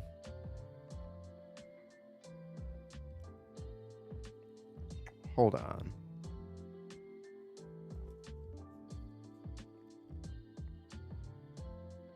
Unmasking Autism. And they talk about neurodivergency of all kinds. It's been very interesting. Very interesting. ADHD isn't nothing to worry about. Y'all coping? Okay. That's that you can have an opinion. You can be wrong. That's okay. We all have the ability to be wrong. And I can tell you in front of, I don't even know how many people are here, but a lot, that you're wrong. So I'll do that. That'll make me feel better. Great book? Yeah, it's been good. No, yeah, like, listen, all of us have the right to be wrong. All of us have the right to be wrong. So welcome on in, share your wrong opinion, and I will tell you in front of over 1,000 people that you're wrong. That's okay. We can do that. You're worried about affecting your career if you get diagnosed with ADHD? So I will say that my thought process with it initially, that was very wrong-headed, was I can't be ADHD because I'm hyper. I'm not hyper, rather. I'm super calm. I could not have ADHD. As far as your career goes, I mean, like, think about it this way. It doesn't necessarily mean that whatever stigmas you have about it, they're probably misplaced and based on things that you've been told about ADHD over the years, assumptions that you've made about it. Looking it up, learning more about it. You don't necessarily need to be medicated, but understanding the way that your head works, understanding how to work on things, understanding just the mental process that you need to get to the goal, understanding how to motivate yourself to do things. Those are all very valuable. And some of the things that people have told me, I'm already employing, and it's already helping immensely. One thing that that someone said is they will set timers for tasks and force themselves to focus for just a little while in that one task. So I struggle to get started on things, and I will end up wasting a whole bunch of time. But if I force myself to focus for a very specific amount of time and say, don't do anything else, I can harness that and do that one thing for a brief window of time. If I know that I have that, and if people are giving me those ideas, I can change the way I operate and maybe do things more efficiently. One thing that my therapist told me is we were talking about ADHD. He said, when do you write your symphonies? And he's like, you have the weirdest job. When do you do it the best? And I told him 11 p.m. to 2:30 a.m. Also, the other time is 2 p.m. to 6 p.m. Those are not compatible times with normal life. That makes you a bad spouse and a bad father, and just in general, not a very normal person. But those don't have to be the times. And if I can train myself to operate at different times, but still harness the same focus that I would have during those times, now I can potentially be the most effective version of myself. So that is just knowing that, like, I think a certain way. I think that's how it can be really helpful.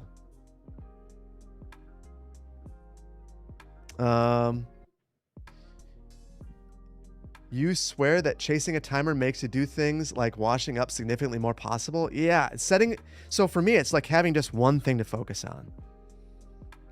I end up doing 15 things at once and doing them all poorly, and then getting nothing done.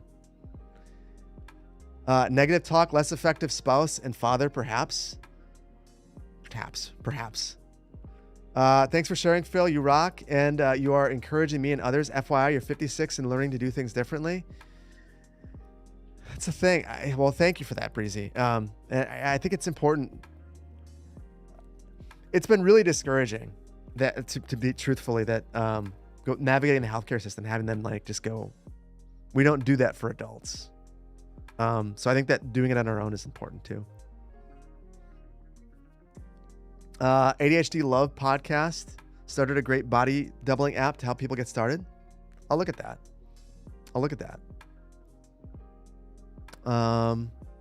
Awareness and changes in definitions over time. Peanut. Good to see you. Hopefully you're doing well. Neurodivergent architect. You just got your Adderall prescription? I am very far away from that. And if it happens, it happens. If not, then I will just learn mechanisms to make myself as effective as I can be. As an adult, you were supposed to figure this out as a kid. As a kid, you were just lazy. Yeah. Well, I mean, for me, the thing is, I've never really talked about, I guess I haven't really talked a ton about my childhood. So I mentioned this early on in Bluffside Crossing. When I was in 5th grade, my mom was diagnosed with MS. She, at the time, they didn't know what it was. They just saw lesions in her head. So she actually had brain surgery. They thought that she was potentially, they thought that she might have a tumor. So basically from that moment on, my mom's health was the number one thing that we thought about, and rightfully so. But like that does mean that like things like me being tested for ADHD like weren't really on the table. And my dad, we have a complicated relationship. I basically tried to learn how to be a dad by kind of emulating the opposite of what he did. So, yeah, it was not really a thing. So I kind of just did what I thought made sense and tried to get by. So yeah, just a weird spot. So it was never really even like an option, like to get it tested as a kid, or to really even consider it.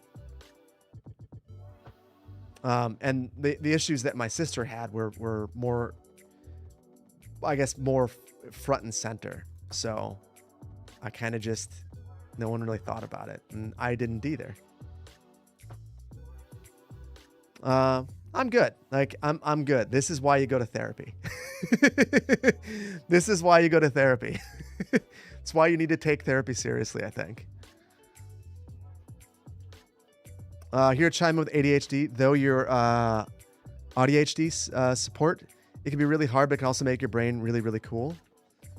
Yeah, I mean, I think learning who you are is important, and working with who you are, and accepting yourself and learning, it's all really important.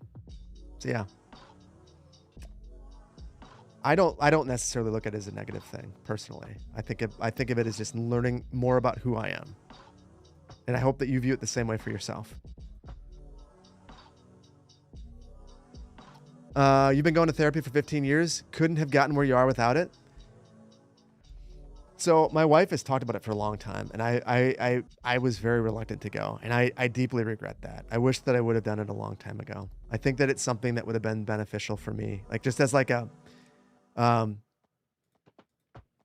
as a partner, as a father, as a person. I think I needed it for myself. I mean, I think that I never really worked through. I mean, losing a parent is hard. Losing a parent at a young age is incredibly hard. I was 18 when my mom passed away. That's a difficult time. My sister is 4 years younger than me, so I think that it was very hard for her, incredibly hard for her as well. But because of the age, like therapy wasn't like, it wasn't even like a question, like she's going to go to therapy. My therapy was when my mom passed away. And I'm sorry for all the dark conversations. It's not where I thought we were going to be. What I ended up doing was I bought a Mac Mini. I played the SimCity 4 and Halo, because Halo was on the Mac. And I drank Mountain Dew until I had a bleeding ulcer. And then I was like, I need to not do this anymore. And then I like pulled myself out of it. But it was like a real weird time. But I probably should have talked to somebody. I mean, I think that when you lose a parent, that's a really challenging thing to go through. It was a tough spot. Greg, good to see you, buddy. Hopefully you're doing well. I'm trying to find some normalcy. Yeah, therapy can be a lifesaver. Yeah, and I'm happy to be streaming again. What does my shirt say? I think Peanut might appreciate this one. Transport Fever. I'm waiting for it. I can't wait to play some Transport Fever 3. Mountain Dew is more harmful than beer, confirmed. The funny thing is, the 4th of July, I'll get a buddy who lives in California. He comes to Wisconsin and we hang out. And he's a big fan of Mountain Dew. Ever since my bleeding ulcer, I've not really been a big Mountain Dew guy. But because he goes back to California, he leaves his Mountain Dew behind. And there was 12 of them, or a 12 pack. I drank none of them while he was here last year, and I took all of them home. And they are still in my fridge. And we just went to a place together, and he bought 24 this time. I again drank none of them. Brought my wife recognized that I did not drink any of them from last year, said I better not take those home. So we left them behind in the vacation rental. But I did take all the loose ones because like I can't just waste it. Like they're gonna throw those away. Maybe the cleaner will take the 12 pack and like drink a bunch of Mountain Dew and be happy. I tried to drink one and it just reminded me of that experience and I couldn't do it. I just can't drink Mountain Dew ever again. It's just so gross. Coca-Cola is the best? Yeah. I Coke Zero like it's water. Mountain Dew, can't do it. You can guarantee that anything left will not be tossed? Do you think so, Pagan Scorpio? Because that was legitimately the reason I took it with, is I was like, there'll be someone. My kids won't drink it, partially because we don't let them drink caffeine. And the other thing is because they like tea. They drink tea. Coke Zero is elite. It makes me want to go get one right now. Your great grandma loved Mountain Dew. My grandma and great grandma were on the 7-Up train, if there is a 7-Up train. My kids are classy only because of my wife. I am not that classy. Baja Blast is great on occasion. Morgan, I just can't do it. Wait, doesn't tea have caffeine? Not what we get. Not for them. We get a tea called it's Tezo Lemon Loaf, which is just a really mild lemony tea that doesn't have caffeine. We also get elderberry blackberry, which is just a nice mild elderberry tasting tea. Last night I have tea before bed. I've been trying to go to bed at like 10:30. I had a lavender mint tea. So yeah, you can get a green tea or a black tea that is highly caffeinated, but there's a lot of tea that's not like that. Whiskey makes Mountain Dew tolerable. But if I drink a whiskey, I would much rather have it with Coke. Or a brandy and Coke. A whiskey and Sprite. Basically, I'd rather have whiskey with anything that's not Mountain Dew. You're trying to wean yourself off Coke? So that's the other thing I've done over the last little while. I've been drinking a lot less caffeine. Because I think I was using that as like a huge crutch. You can sleep 5 or 6 hours a night, or 4 or 5 hours a night, if you drink a pot of coffee a day. And that's an obscene amount of coffee for anyone to be drinking. It's not okay.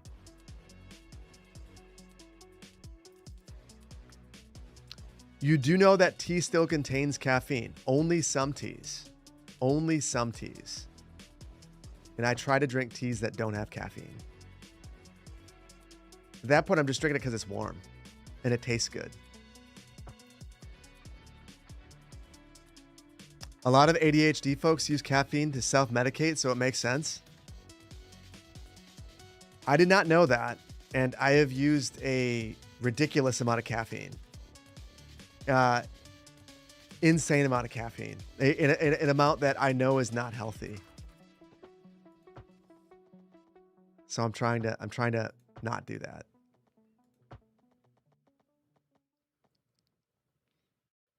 You drink a pot of coffee a day? Just one though?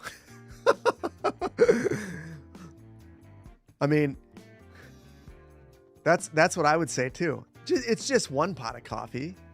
Nothing really all that bad to worry about. It could be a heck of a lot worse.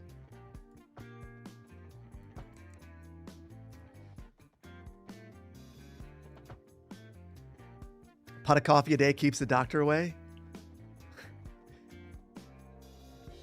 The problem is, like, it feels like when you drink that much coffee, you're just waiting for a heart attack. I don't know if coffee would do that to you. It just feels like it will. I also get the coffee shakes. Where you get shaky because of coffee. That's not good. You finally stopped 3 energy drinks a day madness. So Insane, I could never do those. I could never do those, like a Monster or a Red Bull. That was one of the things, like, so way back in the day when Biffa did the Red Bull challenge with Spiffing Brit and RT Games, and I did I narrated it or whatever I did. That was one of the things, is I was like, do I have to drink Red Bull? Because that's a hard pass for me. No offense, Red Bull, but not a fan. I don't think it was a requirement. I don't know that they care as much about you actually drinking the Red Bull as chilling with the Red Bull.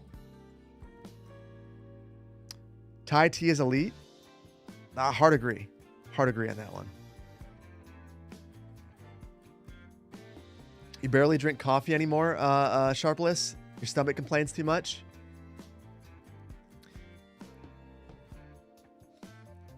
I have shared a lot. I will not overshare that much. No, I will. I feel like coffee keeps me regular, and I feel like that's a good thing about coffee. It's one of the things I appreciate and respect about coffee. So that's one reason I think it's a good thing.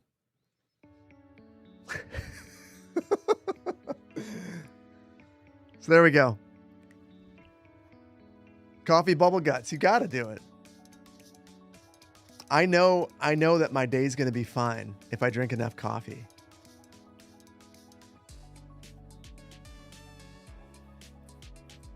So we got one problem. Mount Horeb has twiddles.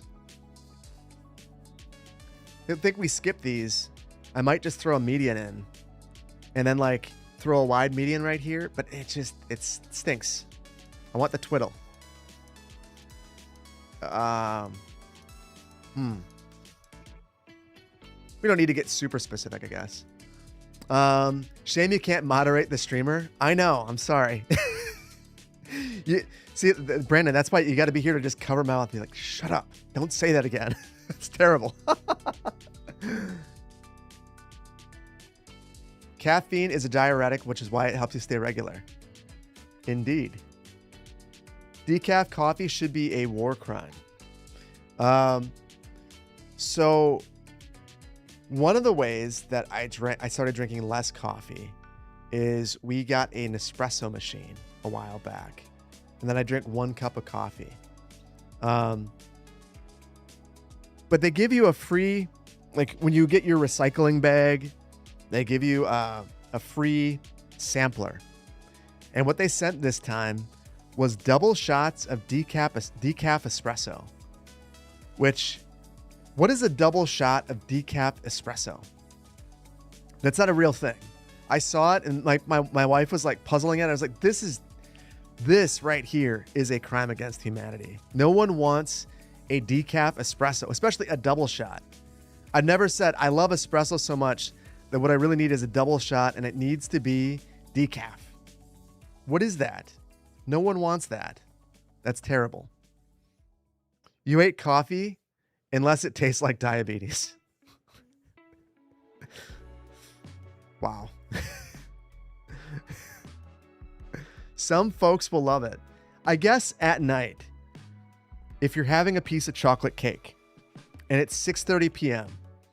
and you want to have an espresso with it, The appropriate way to do that is with a decaf espresso. I don't like cake that much. I won't.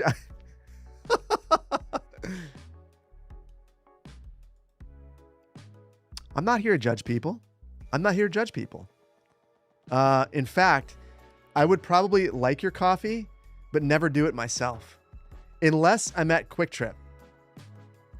Quick Trip is the one place I give myself that exception. And they have these creamer machines. And I always have a side of coffee with my creamer when I'm at Quick Trip because I feel like it's acceptable. Maybe it's not. I do it anyway.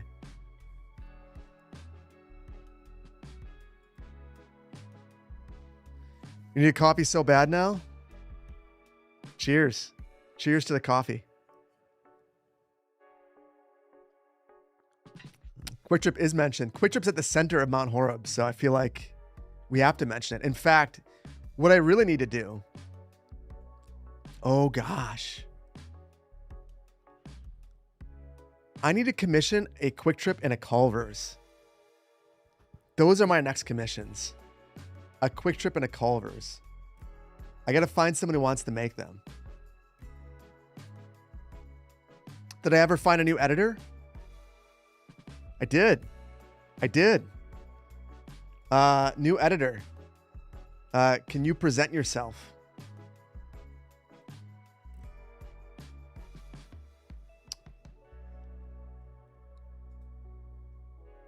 I tell you what. I'll do you one better. When you come to my house, I'm not too far from a Culver's. We'll get Culver's together and take it back. That'll make one of my kids very happy and the other one very sad. One of my kids hates Culver's. Believes that McDonald's is far superior to Culver's. And every time we go to Culver's, complains. She's like, we got to do that again. Now I want Culver's. I want to leave here and go get Culver's. I know, right? You haven't had Culver's in a long time? I had Culver's last week because it's Culver's and I have to have it. It's not right to not have Culver's if you live as close to it as I do.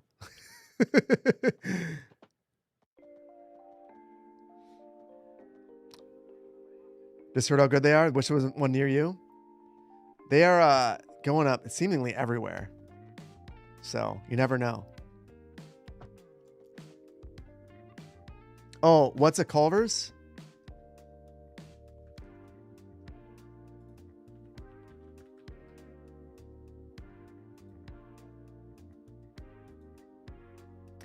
This is a Culver's burger.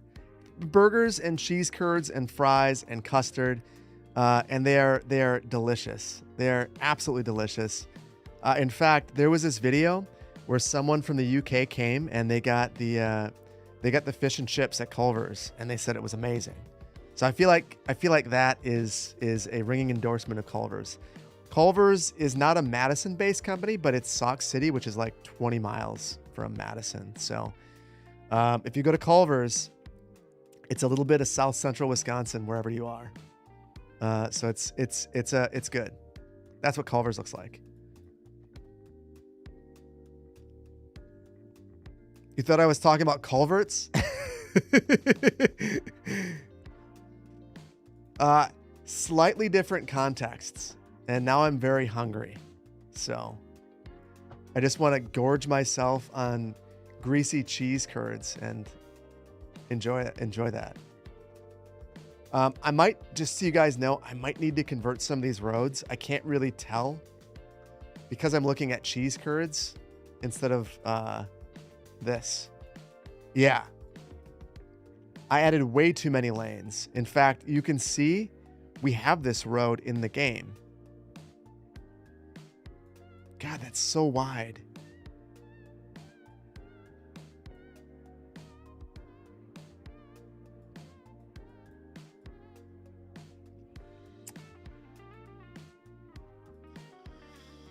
Yeah. Okay. Yeah, I know what to do. I know what to do. So this is Mount Horeb. So get a scale for the size of the community. It's not very big. Oh, Norwegian here too.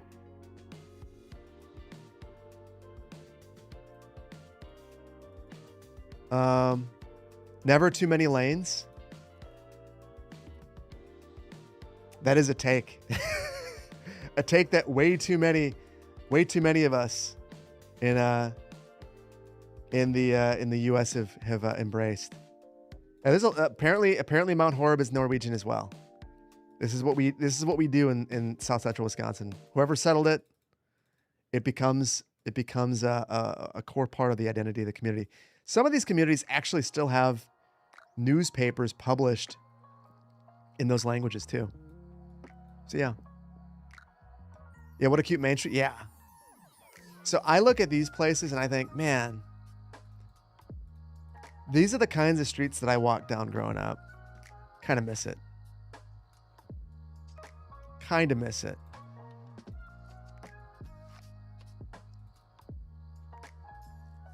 So yeah. Very nice. Very nice.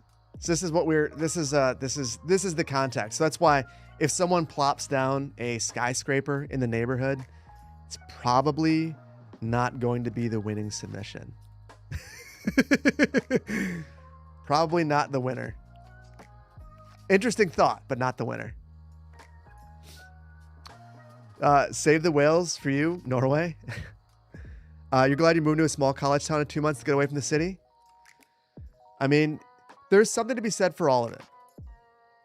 Different strokes for different folks in different times of life, I think. There was a period. I mean, I lived in Los Angeles. That's one of the biggest cities in the U.S. And I loved it. Loved it. I don't think I want to live there right now. That's not where I lived. I'd live in Los Angeles, but I need to be on the outskirts, I think.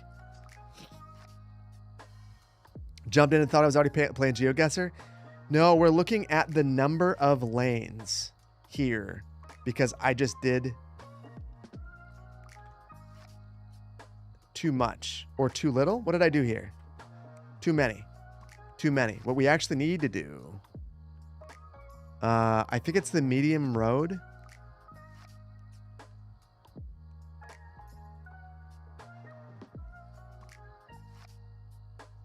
Oh no, that's too much too.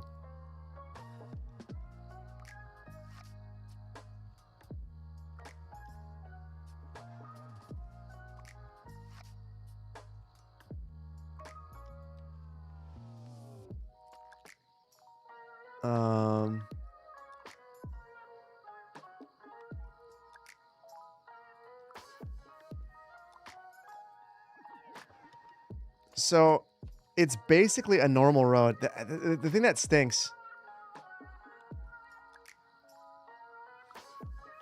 Here's where Road Builder comes in handy. Because I basically want this, but this parking is insane. It doesn't make any sense.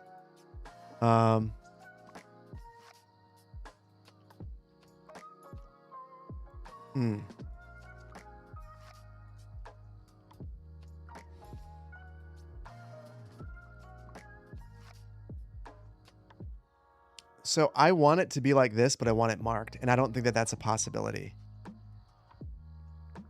It just becomes a normal local road. That's unfortunate. Oh,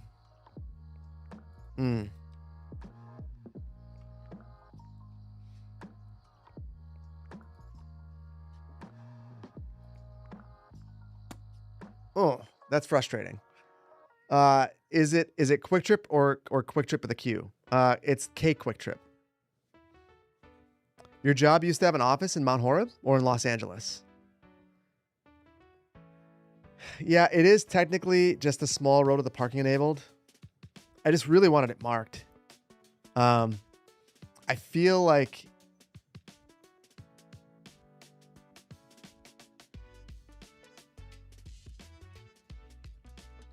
it's really a defining characteristic. But we can't do that. There's also the grassy terrace.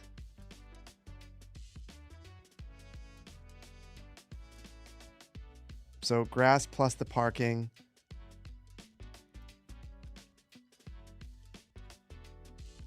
Plus I want narrower sidewalks.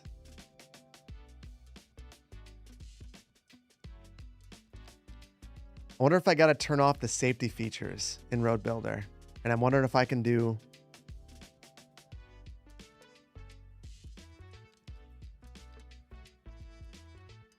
How weird can I get with this?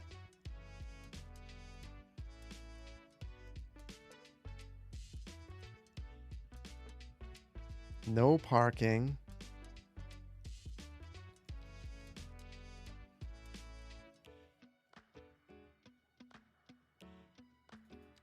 I'm experimenting, guys. This is probably not going anywhere. It is for sure not going anywhere. Hold on. We're gonna go ham.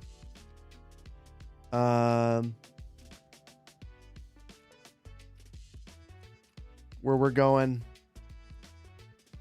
I don't need any restrictions.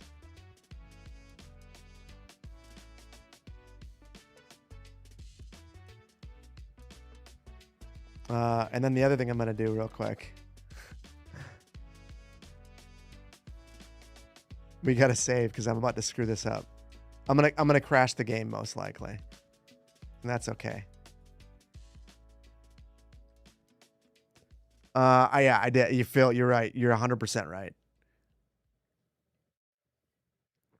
How weird can I get with this? It is not a good pickup line, FYI. Thankfully, and hopefully, I will never need to use a pickup line ever again. That would be a terrible pickup line. Not a good one. Oh, that's interesting.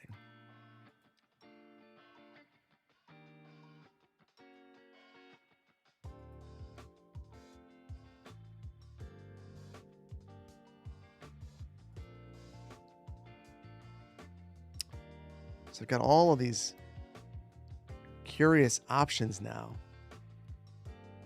Pedestrian pavement. These weren't here before. Empty lane.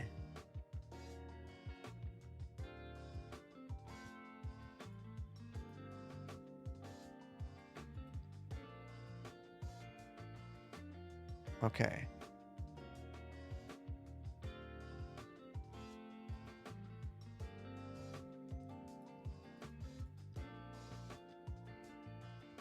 Okay, hold on, guys.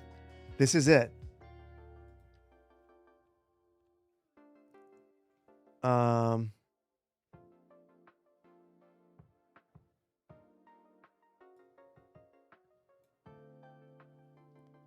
Oh, I just wish it would give me the markings. If I angle it, then I can. But there's no markings for that. And it just looks so weird without it.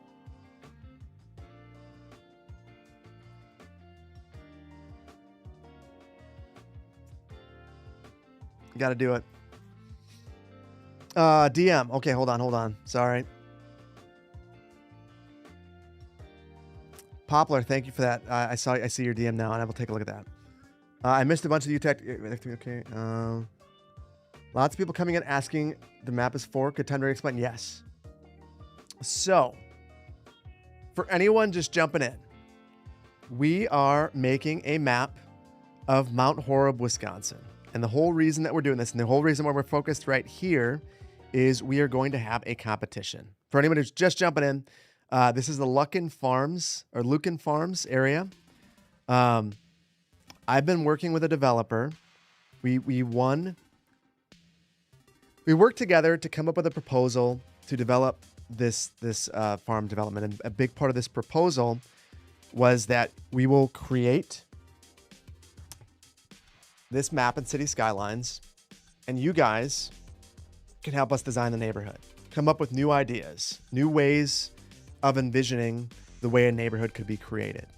So what I'm doing right now is making the map on this really extreme terrain. I'm coming up with the neighborhood around here so that I can release this to you guys so you can design a neighborhood, and the winning entry could potentially have this built in the real world. This is going to be a highly detailed challenge where you're going to be expected to really lay out the whole neighborhood, really think about the placement of each house and each road. And then there are design parameters that when the competition begins, I will provide you the design parameters, and you'll be able to design a neighborhood using this. This is a real place. This is a real place. The city really owns the land and is going to be working with this developer to build this neighborhood. So if you've ever wanted to use a video game to make a place in the real world, this is your opportunity. So it's a really, really, really unique opportunity that I'm really excited to be able to take part in. And I hope that it's going to be a lot of fun for you guys too. So yeah, I know. Who would have thought that I'm actually moonlighting as a real city planner? Yeah, I've actually got work to do. I was asked to speak at APA Wisconsin too, and I need to figure out what I would say. It's this and that. Those are the two things that I've been on my mind. So yeah, coolest idea. Only this idea only is a thing because when I bought this studio space, the developer said basically, would you ever have interest in this? It's like, yes, heck yeah, I would. This will be awesome. So yeah. As a frequent obliterator of city ordinances, can you see the municipal rules? I mean, you could take a look at Mount Horeb's municipal ordinances if you'd like. Super cool. You joined at the right time. Ghost Kitty, you did indeed. Sorry, I got distracted. Congrats, Vainglorious. Oh, yes. No. I don't need a new moderator. The Vainglorious will still be the moderator, but that's part of the editing role. So, editing, moderating, co-streaming, all sorts of fun things.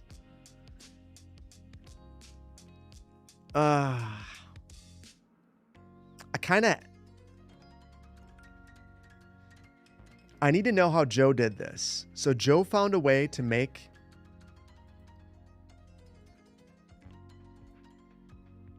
the sidewalks much narrower.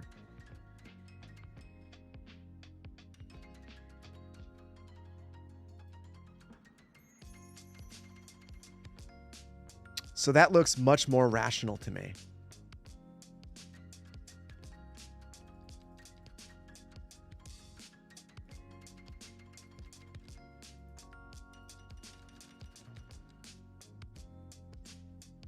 But now I need a grassy terrace.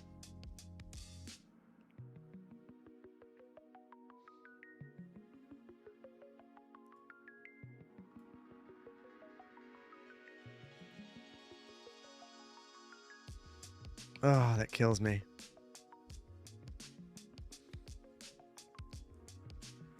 It's the way that the game is designed.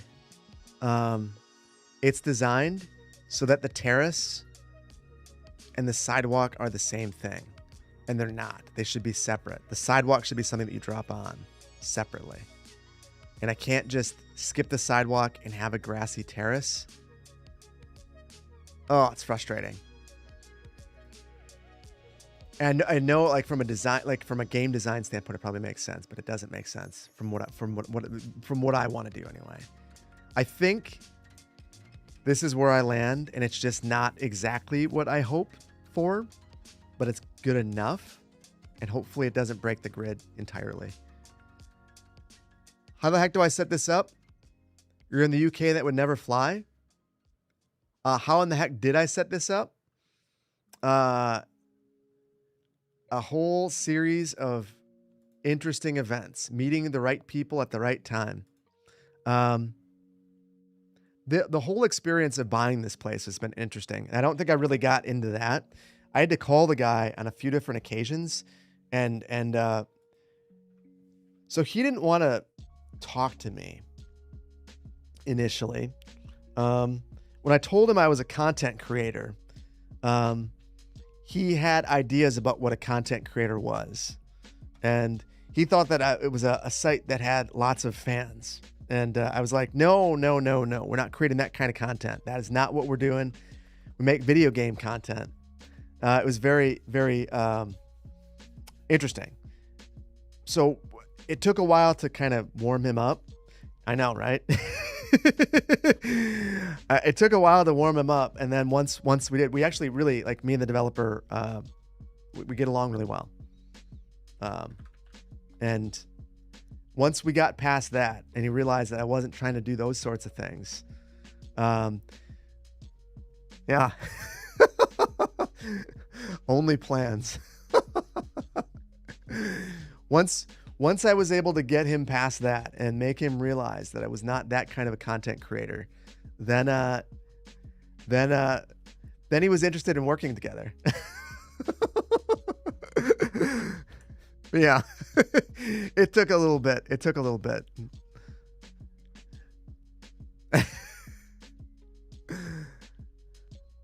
And I get it. I wouldn't want that to be my neighbor either. So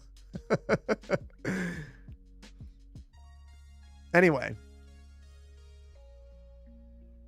merch, only plans. Maybe. There we go. So we've got Main Street. It's not perfect, but it'll be perfectly fine.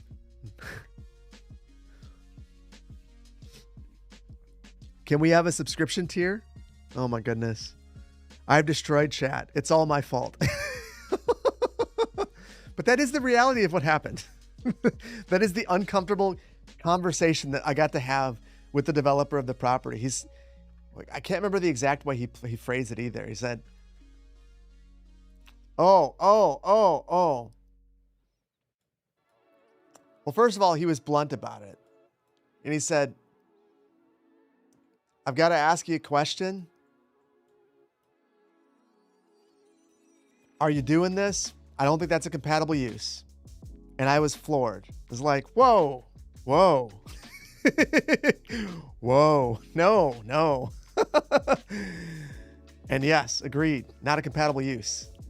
It's a very diplomatic way of putting it. Not a compatible use. Did he go all Southern preacher? No, just, I feel like that's the most planary way that you could put it, is an incompatible use. It's a nice way of putting it.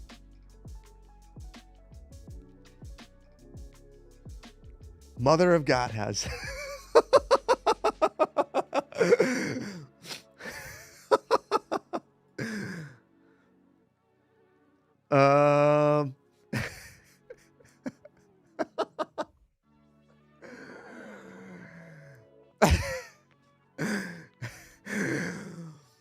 Oh my God.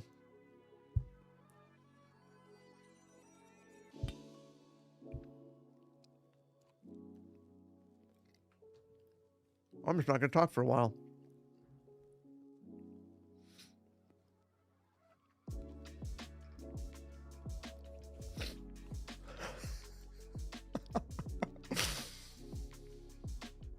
Anyway.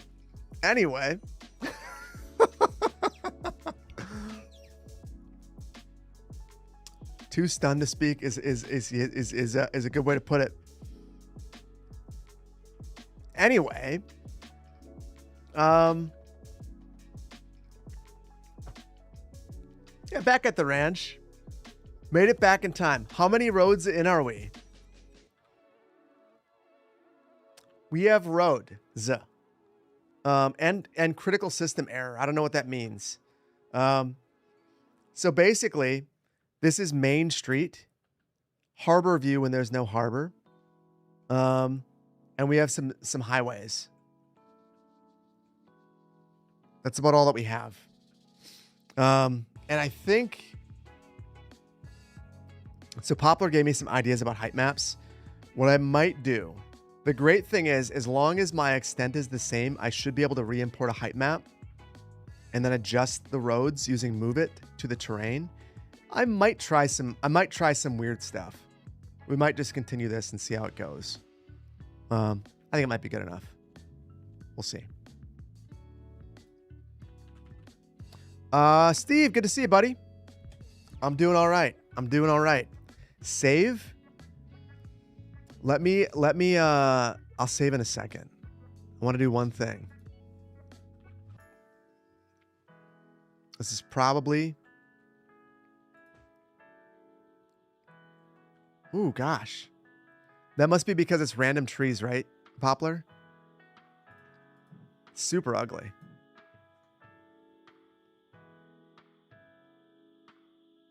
Not editable. This asset is built-in or subscribed mod.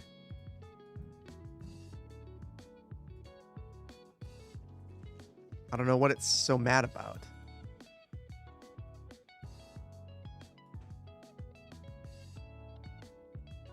Looks terrible. Looks absolutely horrendous.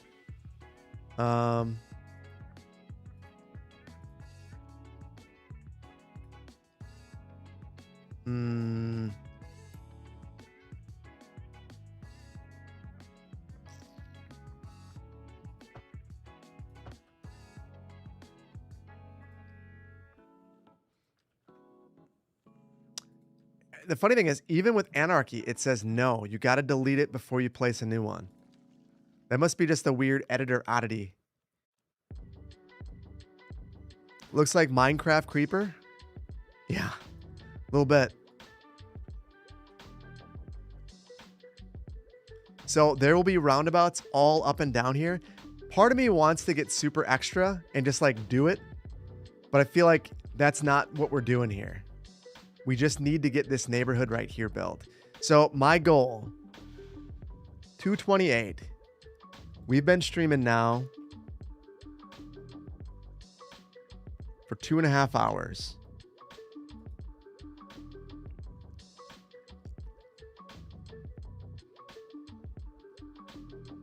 I want to build this. This right here. Should be easy enough. I think I also need to bring the Southwestern region pack in and plop the growables, because when I look at these homes, that is Southwestern region pack to a T.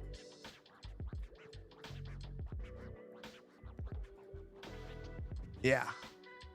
And I think for the competition, I'm going to let you bring in whatever assets you want. Just like if you find assets that you want to bring in that you think would fit well, do it. I'll be able to subscribe to them. It'll be fun. Been too long since we had a good stream. Good to be back. I agree. I agree. Please answer. You value my opinion. Planner to planner question. Hold on. Planner question. Please read. Planner question. Please read. Call me buckets. Here's the problem. I see your planner question, please read. But I'm not seeing.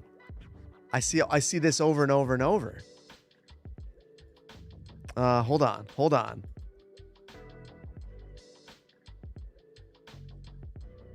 Do I suggest having the path be asphalt or concrete? You're in the Northeast. Finally, do I think sharrows on a path makes sense, or is it too much? Okay. I think that it depends on what the path is all about. So you should ask yourself, is the path biking? Is it a bike path? Is it a running path? Does it need to be paved at all? If it's a running path, it might be desirable not to pave it based on joints and things of that nature. If it's a bike path, asphalt will be much cheaper in the short term. In the long term, you're gonna have to redo it more often. Concrete will be less comfortable to bike on. Generally, you're gonna have all of the bumps and things of that nature, but it will last a ton longer. Sharrows on a bike path seems like overkill to me. I don't know why you would need to do that. I would think that you'd be just fine. The other thing you have to worry about is cracking. So for either of those, you're going to have cracking. It'll probably be easier to repair the asphalt. I'd probably use asphalt if it were me. If I'm the czar of your path, that is what I would do. Multi-use, I'd go asphalt then. Asphalt is a nice, like if it's a running path, it'll be better than concrete. A lot of times when you have a concrete path, you'll notice that runners will be, and you'll know, I guess, okay, example time. Hold on. I'll get distracted. You'll take me off of what I should be doing.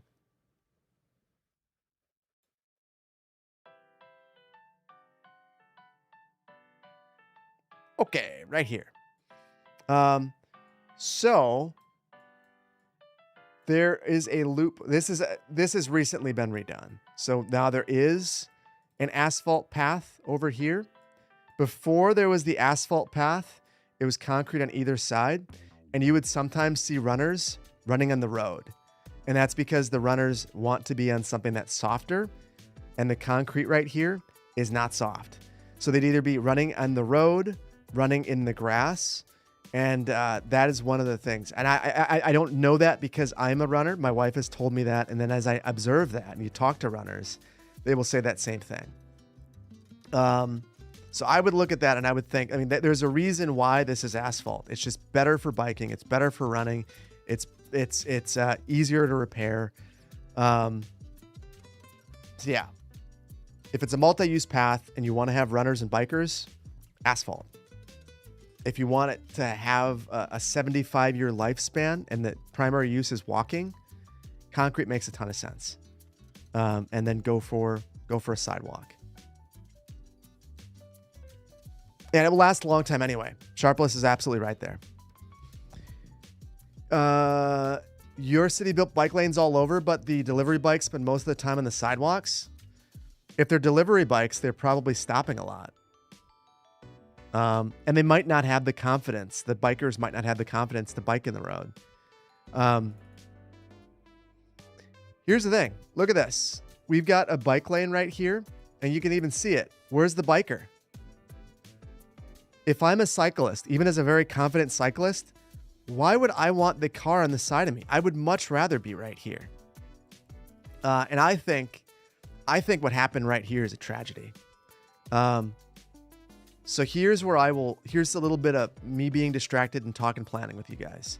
So this path, this whole thing, brilliant project.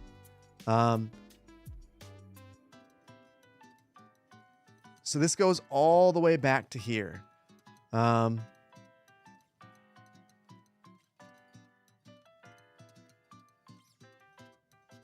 it switches sides of the road, but this is a walking path, multi-use path. This wasn't here. It was just sidewalks before. So the goal was to have, there's a lake loop around here. And the goal, it's a very active cyclist, runner path. The goal was to have this sort of a facility all the way around the lake. There are right-of-way concerns, and as a result, it had to switch sides of the road, which sucks.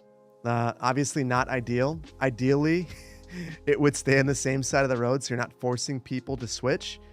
But one of the complications is that this might all look like Madison, but it is not. So it's Madison, it's Madison, it's Madison, it's Monona. So now half of the road is Madison, half of the road is Monona, and all of it is owned by the Wisconsin Department of Transportation. So this went from being an easy project when it was in Madison, where Madison controls the external right-of-way and can say basically, we're going to have this multi-use path. We're going to struggle with, which side of the road we're on because we don't want to have to use eminent domain on the East Side Club and have that whole ball of worms. To now it's a multi-jurisdictional project, and we have the state involved and all these property owners, and this jurisdiction says, we're not going to do that. No, we're not going to we have zero interest in that. We have these bike lanes. That's good enough. So unfortunately, everyone kind of gets dumped off into the road. And the funny thing is, the thing I just talked about, where cyclists or runners don't want to be on the concrete, you will see runners running in the bike path. Super sucks. Like whenever I see that, it's like, this was avoidable. This was avoidable. This was a choice. But ultimately, Monona as a community has the right to build the community that they want to build. I worked with them on things. I helped get transit in their community. For the longest time, they didn't have transit at all. And the Madison bus would drive down Monona Drive and have 0 stops. Such a waste. But they're now contributing to the system. There are bus stops there. They're starting to add sidewalks. So they're making some big changes. The multi-use path was not one that that was a bridge too far. So maybe someday. But if you ever see stuff like that happening, where you have sad stuff like this great multi-use path facility just ending, know that it's not because someone didn't want it. It's a jurisdictional conflict in some cases. Anyway, yeah. No, I like Monona. It's a nice little community, but yeah, that was a big F in my opinion as well. Maybe someday.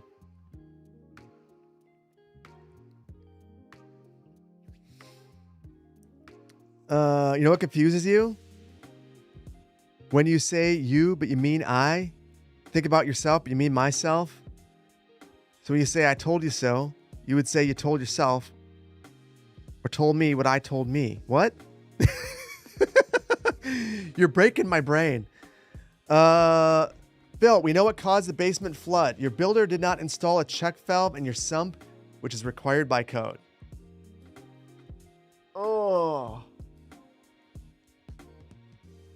That is so frustrating, but hopefully you can go after them.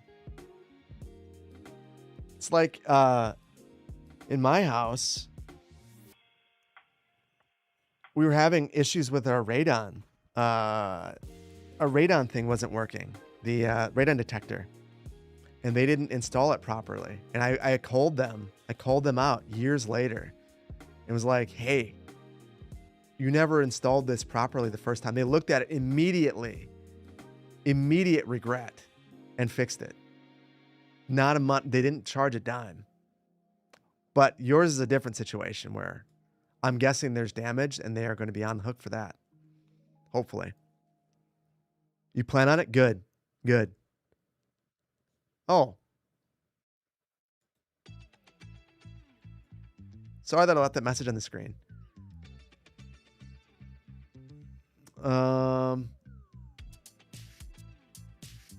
You almost hit runners so many times due to that, Lukester. It's not the runner's fault.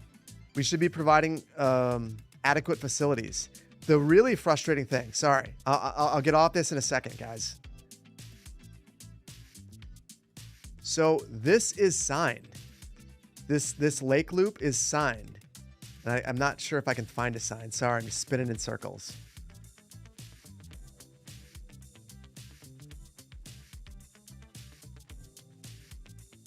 I'm not going to find one of the signs. Yeah, people are encouraged to run on this route. There's no sidewalks during part of it. Like, it just drops off. Like, this is not, in my opinion, an acceptable. That's not acceptable. It's not okay to say that this is the lake loop and have no sidewalks, no multi-use path, nothing. Just like this is what it is. And then over the years, people go, oh, well, I guess this is my yard, so I'm going to plant things here. And now it's impossible to get a sidewalk there without there being a ton of pain. A ton of pain. City Planner doesn't play? No, City Planner's played. We built these roads. Well, the funny thing is I said I wanted to build this neighborhood. We are not getting anywhere near that. We'll get back to it. Dar, thank you. Thank you. You got me back. You got me back. I needed that. You can't comprehend not wanting sidewalks? So many people don't want them.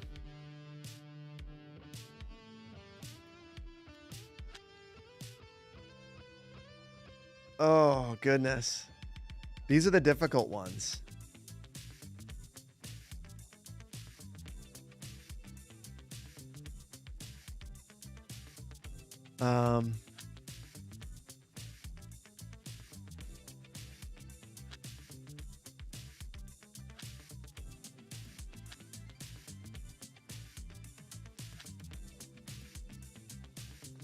This might be the best one that I have, and it's super blurry vision.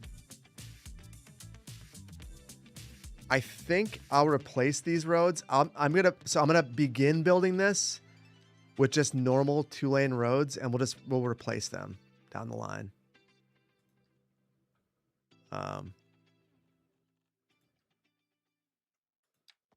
Oh my goodness. It's like impossible to see. I'm gonna have to keep referencing the real thing because it's so blurry that I can't tell what's going on. And the funny thing is, it doesn't look as crazy on Earth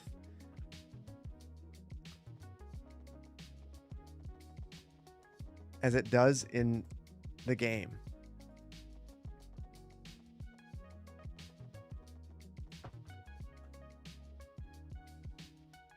I am curious. We're just going to look at Street View just to see. Is this super hilly?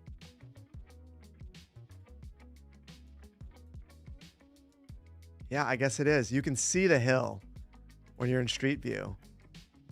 It just looks much more extreme once you have the contour lines on.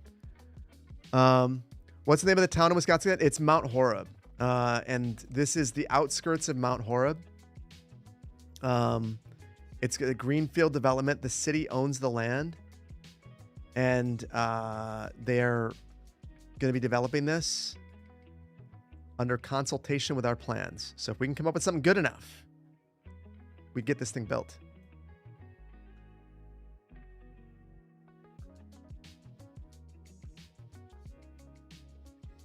Okay, you can kind of see they're following the contour lines right here with these roads. It's just super difficult to see what's going on. This one cuts straight up. Oh my goodness. How are we going to do this, guys? Such a weird place. Yeah. Is this going to be on YouTube? What is the map about? Yapping Dom. So my goal is to present this as a YouTube video. So the stream of this happening, the actual building process, that won't be a YouTube video, but I also don't think it would be a very interesting YouTube video. So I will present it along with the rules and whatever the prize ends up being. And but yeah, the build process won't be a video. It'll kind of be like Elba in that way.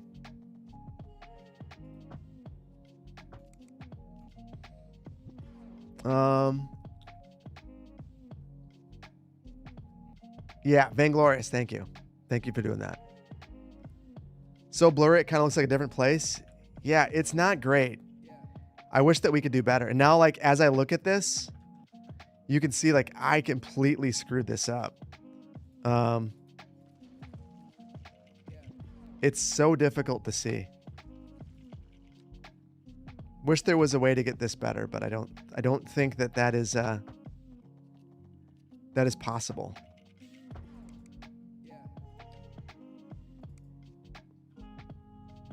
Can I export a higher resolution KML?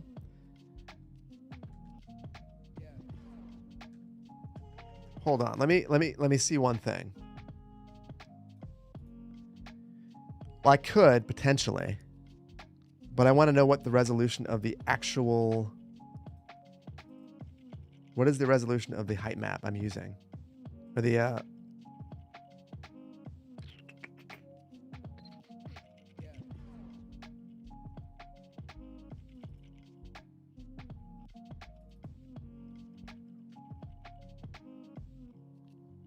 Oh yeah, that is trash. Straight up trash. Why does it look bad? Because it's trash.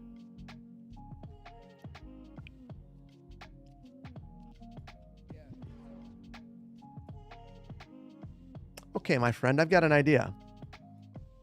I have an idea.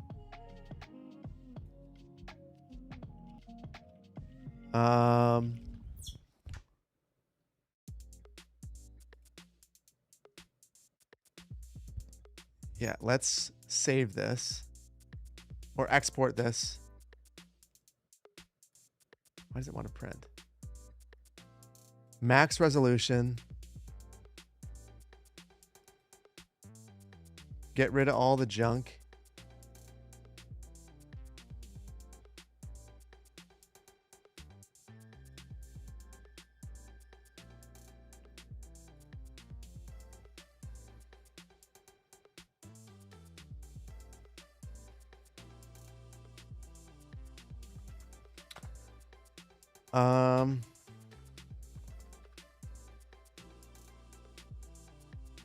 We're going to do one more thing though. I'm wondering. So if I open this up in Affinity,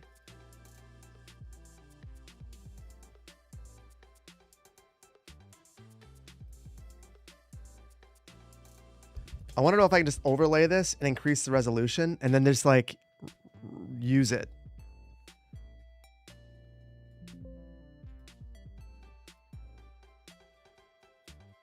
Okay.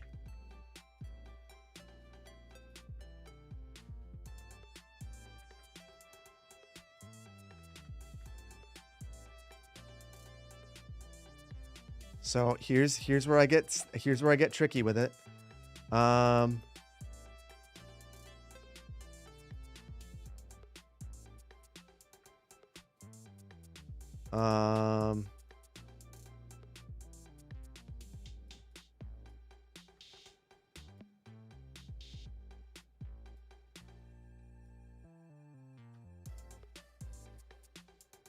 Okay, are you guys picking up what I'm throwing down? As long as I can get these to be more or less the same.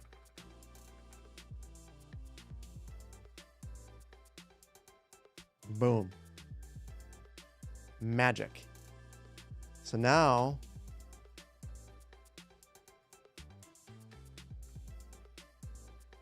I just need to change the resolution of this, which I don't know how to do.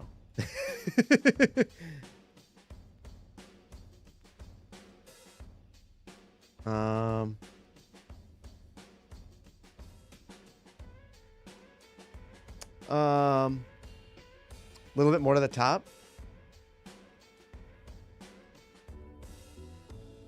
You think it's off? You're right.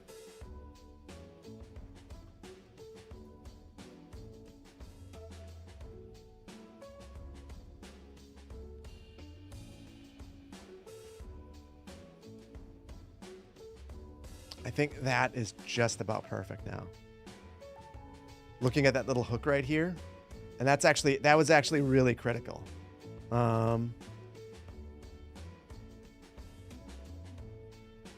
Let's see this road right here.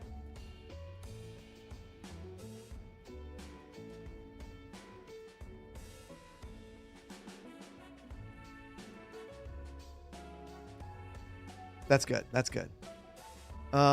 Absolutely off topic, but how cares in the unofficial ADHD helps group? Oh. The song is still waiting for, yeah, Phil, the song, that album is the only thing that I haven't released yet. And then I need to commission more. It's been a little while. So it's still there, just not done yet. I need more song names. Okay, I have another idea.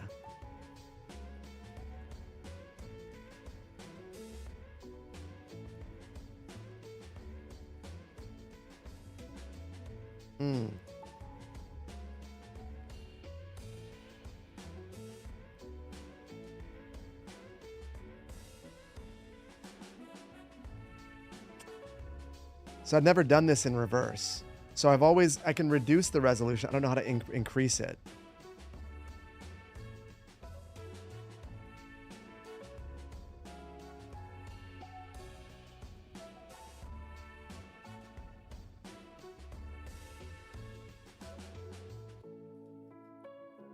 Here we go.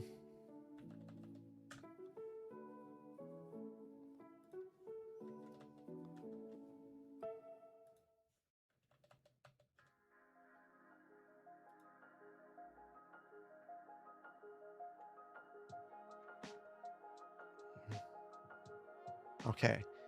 So I just increased the resolution so it's almost the same. So I made this 300 DPI, so it's much clearer. And then I made it 8,000 by 8,000. So that's much closer to this. I just want to see, are we losing a lot? We're losing a bit, but it's considerably better. So I should just be able to export this now into that folder.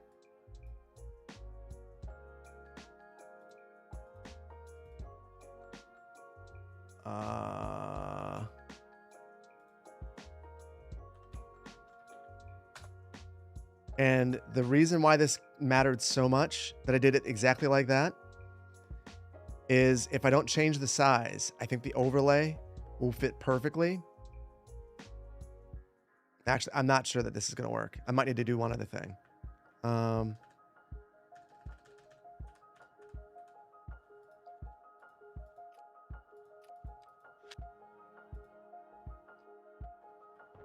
Oh my God, you guys are geniuses.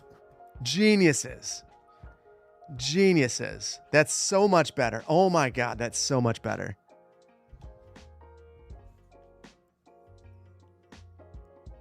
I can't believe that. I've never done that. My God, that's so much better.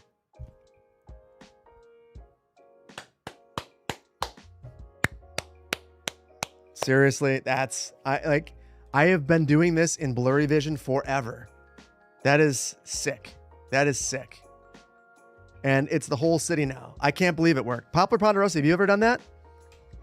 Oh my goodness. It is insane how much better that is.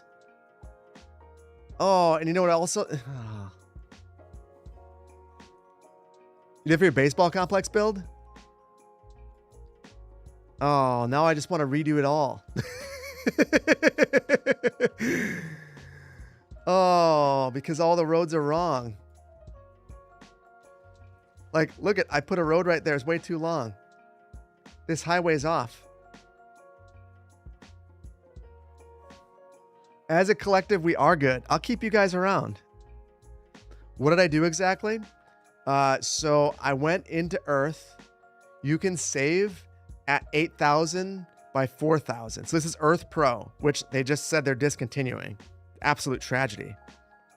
Download it now while you can. I saved the image at max resolution, and then I took the output that we had from terraining, and I used Affinity Photo, which is now free. You can get Affinity for free now. And I just plopped this high-res image onto the low-res image, and then I increased the resolution of the low-res image to be 8,000 by 8,000, so we didn't lose the shape, because the square shape fits perfectly in image overlay. And then, once we got into skylines, I refreshed the file list and just selected this one. And because we got them to line up perfectly in Affinity, you can see there's this resolution line where it's super high resolution and then drops down to garbage. So if I want this to be perfect everywhere, which I don't really care, but this area needs to be perfect. I mean, the great thing about this is I can actually see the kind of road that was used. Like all of that stuff I just did is not good though. No, that's the only drawback. I need to redo a lot of it. How did I do that? I just walked through it. Yeah, Google kills everything all the time. They've wanted to kill Earth Pro for a hot minute, and it's been very obvious. So huge bummer, but get it while you can. So yeah, now it looks amazing. I should turn that into a short. That is super helpful. ArcGIS is a less good alternative. It is. Mapbox is another one. It's not that Google Earth is going away. It's that the standalone application is going away. And I personally find Earth Pro to just be a really quality piece of software. Like being able to save this image, I don't know how to do it in the desktop app.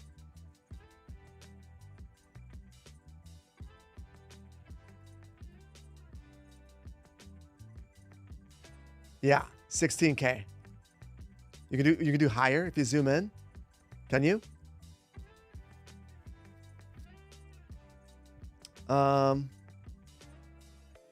So yeah, anyway, I'm not going to redo all the roads around here today. What I'm going to do though is I wanted to trace these roads. I think we're going to do that, but hold on. Before we do that, I missed a bunch of activity. Phil, thanks again for the biddies.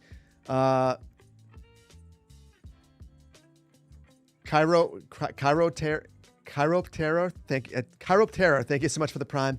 Phil, thank you for the biddies again. If you are the skilled winner, would I use my real life, or would your real life name be mentioned at any point?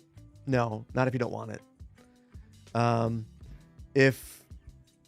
If you want to use your username, or you just want it to be City Planner Plays Community, or do you mean my real life name? My real life name's already out there. It's not hard to figure out who I am. I was the transportation planner for the city of Madison. If you look it up with Phil, you'll find my name. Xavier, thank you for the 25 months of Prime. Hez, thank you for the 20 months of Tier 1. You love hot sauce. That's what you got for Christmas. I did too. How'd you know that's what I got for Christmas? Only people in my Discord get the reference. Oh, also, stream Madonna's Confessions too. I can't because of YouTube. YouTube, I tell you what, if I ever figure out, if I'm ever a good enough streamer to figure out audio separation, I need to watch more Nutty.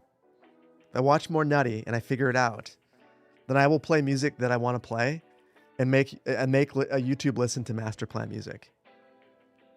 Then we can be dirty copyright thieves over on Twitch and play or maybe I'll just kick YouTube off someday and we'll just listen to music. I almost inadvertently played Billy Joel at the start of the stream. that'd have been a real big problem. Sunny Scunny, good to see you, buddy. Hopefully you're doing well. My real name is Philly McPhil. Indeed.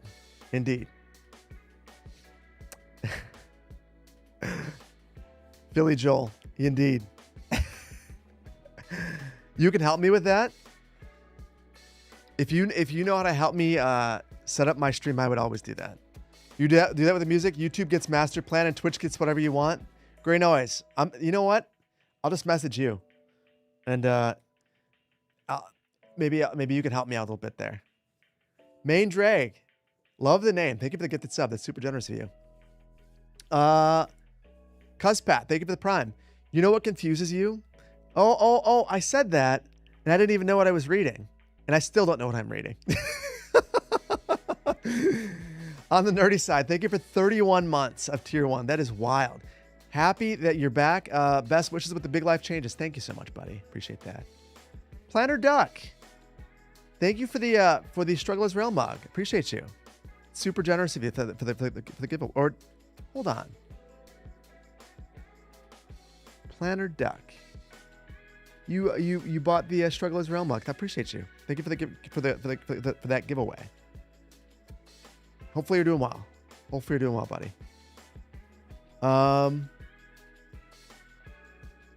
I have VODs. You go on YouTube. There's a VOD of everything, with the exception of I've only removed one VOD. And that was the stream where everything melted down. I was like, this is not of value. It's confusing people.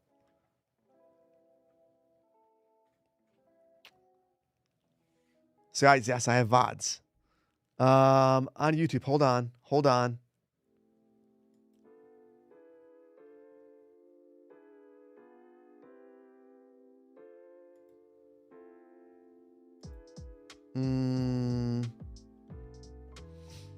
Main Drag, thank you for the super chat over on YouTube. Make a Baltimore-based city or a Baltimore-Philly city. Thank you for both super chats. And I have talked about making an East Coast-based build at some point. At some point. Urban Panic, thank you for the super chat. You'll throw in for commissioning a quick trip at a Culver's, but request hidden trolls. I think we could probably do that. I think we could do that. Thank you for the contribution. Hunter, thank you for the super chat. You're starting a new venture to build a ND-friendly smart homes and gardens. Gentle prompts through the water and through the water or veggies or they'll die.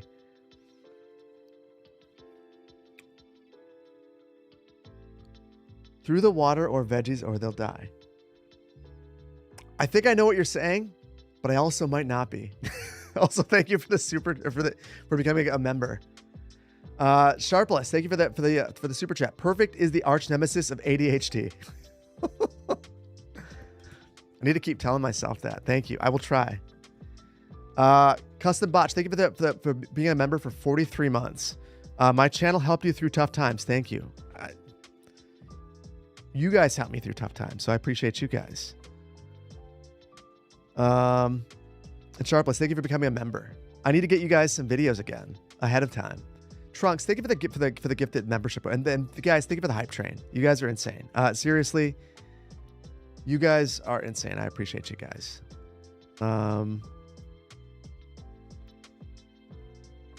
Fitchin Moped, thank you for the prime. Okay, Brandon, I can't allow you to do that. I can't allow you to do that. But thank you for the gifted memberships. It's super, super generous of you. Const, you guys are, what are you guys doing? I appreciate you guys. A golden Kappa train unlocks golden Kappa emote. I'm into it. I'm into it. On the nerdy side, thank you for the biddies. Thank you for the biddies towards the Culvers. Now I need to reach out and get a Culvers made. Maybe I'll see if, God, who would want to do a Culvers? Maybe I'll reach out to Trist. Trist or I wonder if Joe would do that. I'll see if Joe wants to do it. Trist or Joe. See if either has an interest. Boonesboro, thank you for the biddies. Appreciate you. Unchained Racing, thank you for 4 months. Started planning your next City Skylines project. Wish you luck. I wish you luck, buddy. I wish you luck. It's always fun to start. It's keeping that motivation that's tough. So I wish you the best of luck on that. Boonesboro, thank you for the biddies. Congo Wango, thank you for the biddies. Flax, thank you so much for the prime. I appreciate you. You guys are super generous. Super, super generous. First Necron. You don't need to do that. I appreciate you, though. I appreciate you. Thank you for the 5 gifted subs. It's super generous of you. And anyone who got those, I promise at some point I will build something, and I promise at some point there will be a video for you to watch. My goal is always to have a video done at the start of stream so that there's something ready that, like, if you guys get something, it's there. That would have happened. But for anyone who's just joining, actually, hold on. Maybe I can show you this. Hold on.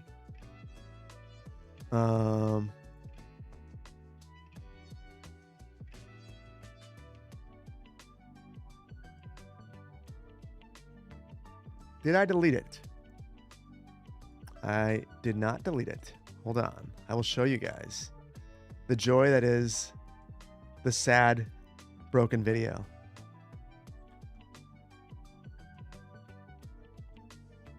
It'll take 3 minutes. You came to Twitch to join the cool kids. Cotton Kitty, good choice. Good choice. Welcome on over. Welcome on over. That's where the giveaways happen. In celebration. Hold on. You guys have been very generous. I'm going to also be generous. Hold on. Anyone on YouTube? I can't give away things on YouTube, but I can give away things on Twitch. So if you have any interest in taking a part in a giveaway, I would highly recommend that you jump on over. I'm going to give away what is my favorite piece of merch. I'll give it away 5 times. My favorite piece of merch is the Magnolia County mug. One of them, anyway. That or the Respected Topography sweatshirt. One of the two. If you have any interest in that, if this is something that you think you'd like to add to your collection of mugs, I would recommend that you jump on over.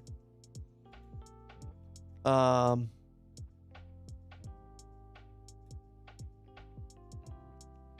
give me 2 seconds. And don't hit join yet. I didn't do it yet. I'm still paying. I have to go through the checkout process just like you guys. Okay. Now it should be starting soon. Someone just gave away 5 Magnolia County mugs. Now it's time to do join. Join. That's all I want to see. And actually, you guys broke my chat, so for the rest of the stream, I won't be able to see it. So that sucks.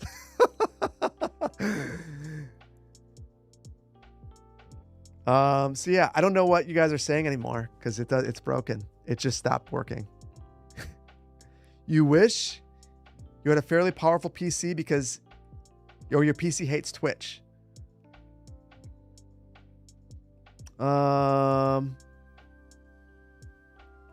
Let's see. Hold on. Can I see chat through OBS? I can. That's great. That's something. Because on my normal, so I use StreamerBot, guys, and you guys talked so fast, it just stopped sending messages. It just gave up. Okay. Giveaway winner. Local Magic. Alt Cat Shift. Alt Shift Cat. Gecko. Mugfa Mutt. And Weezer Doodle. Won the Magnolia County mug. So go to cityplannerplays.com/redeem and you can get it. Congratulations, everybody. Hopefully you enjoy the mugs. I hope you like it as much as I do. Also, Weezer Doodle. You might not know this. Weezer's my favorite band. They have been since I was in high school. I learned how to play guitar playing Weezer songs. So, very cool. Like your name. Also, still can't see chat. Gonna try to fix this. Don't know if I can.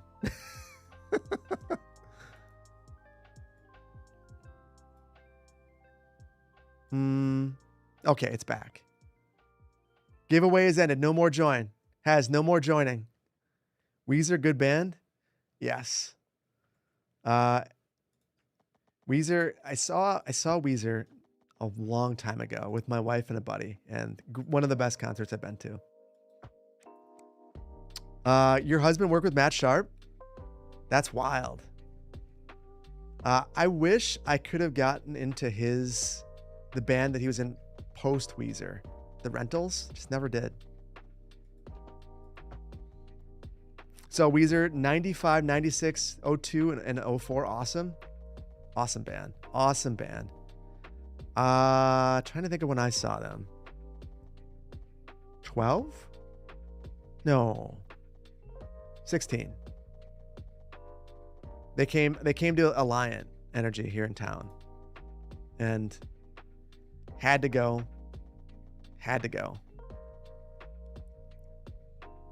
You saw Weezer twice last year? I have not been to a concert for a while. I was supposed to, so I saw Weezer and the Pixies. And my sister came to town and we were supposed to go see the Pixies. And God, who else was it? It was someone else. The Pixies and someone else, but the Pixies were the headliner that time. When I saw the Pixies, they were not the headliners. And we had a tornado. So instead of going to see them, we just kind of like sat on my porch and like watched the weather and drank a beer. And that was fine too. That was fine.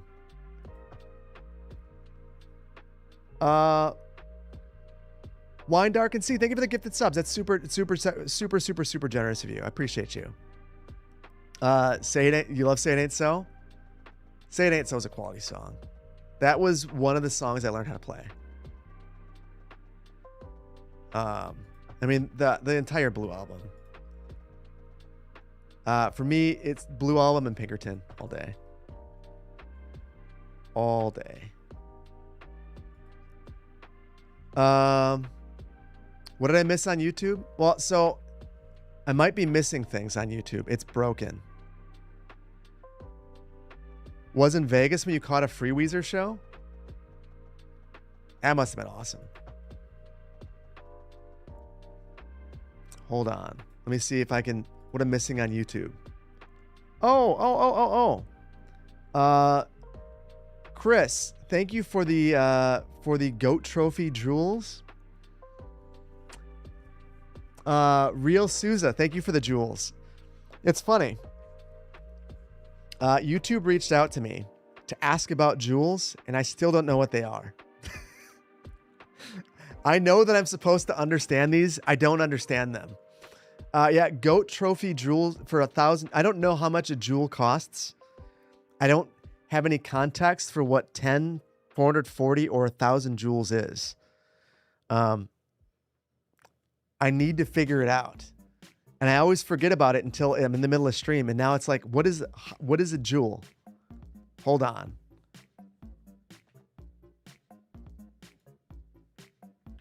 YouTube jewels.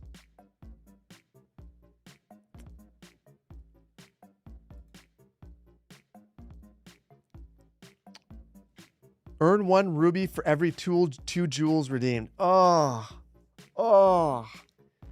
So this is like on Xbox. How rather than just being straightforward and letting you use money, you get to use whatever the Xbox currency is just to confuse you. So I get a ruby and I convert my ruby to jewels, and now I'll get this makes no sense. Just like I don't want to have to do math to understand it. So that's going to be my feedback to YouTube. That's confusing, and it's purposefully confusing. It's 99 cents to buy 50 joules, which cash out to rubies at 1 cent per ruby. So, how I feel about that is absolutely stupid. I don't like it. I think it's ridiculous, and it's an interesting idea, except that they're purposely obfuscating what things cost, so that you inadvertently spend more than you should, and I don't like that. I think it's predatory, so I might disable those. You're in ads right now. Yeah. Well, yeah, I gotta have the WAN show beat. Platform-based artificial currency should be illegal because it's a scam. Yeah, I just think it makes it really confusing for people. I mean, at least if you give a super chat for $2, you know what you're doing. I kind of feel the same way about bits on Twitch, though. Like, I don't really always understand, like, how much a bit is. And if I, as the creator, don't understand, the viewer doesn't understand always, too, I'm guessing. I don't know. I don't like that stuff. Maybe I should just disable it just to prove a point. But I don't think it's right. Then again, I would have to know how to disable it. And I always forget to do stuff like that. Give me that whole cold hard cash. Yeah, exactly, Gray. What? Okay. So that's more clear. Okay. 100 bits is $1 for the creator, but they cost 10% more for the viewer. Okay. So it's a little unclear, but more clear than rubies and jewels and and basically made up things. Then basically Xbox money. Raiders. Raiders, who just raided? Hold on.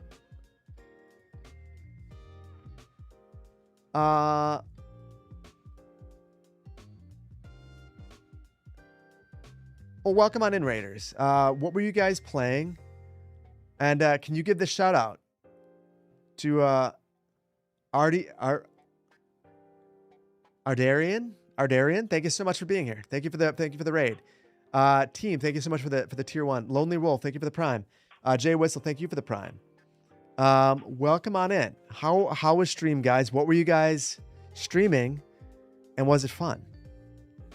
If you don't know who I am, I'm Phil, City Planner Plays. We play a lot of Skylines and other city building games. I want to get back into some Anno soon. I want to also get into some Town to City again. But we play a lot of city builders. Play this a lot. Sing the raid song. I don't have a raid song. I don't know what was it a Raid Shadow Legends? Did they have a song? I don't have a raid song. Started a new city on the last Poplar Ponderosa map. Oh, very nice. How's the new city going? Well, okay. I need to know. Are you a slow builder? Are you a quick builder? Do you like to start quick and then like iterate from there? How do you start a city? There's no wrong way. We talk a lot about City Skylines, but we don't do much playing. This is true, but we learned some valuable stuff today. We learned some really valuable stuff. How many Philbucks equals a Culver's Butterburger? Well, it depends. If we're talking about rubies and jewels, I think it takes like 3,000 rubies to pay for one burger. It's probably an exaggeration.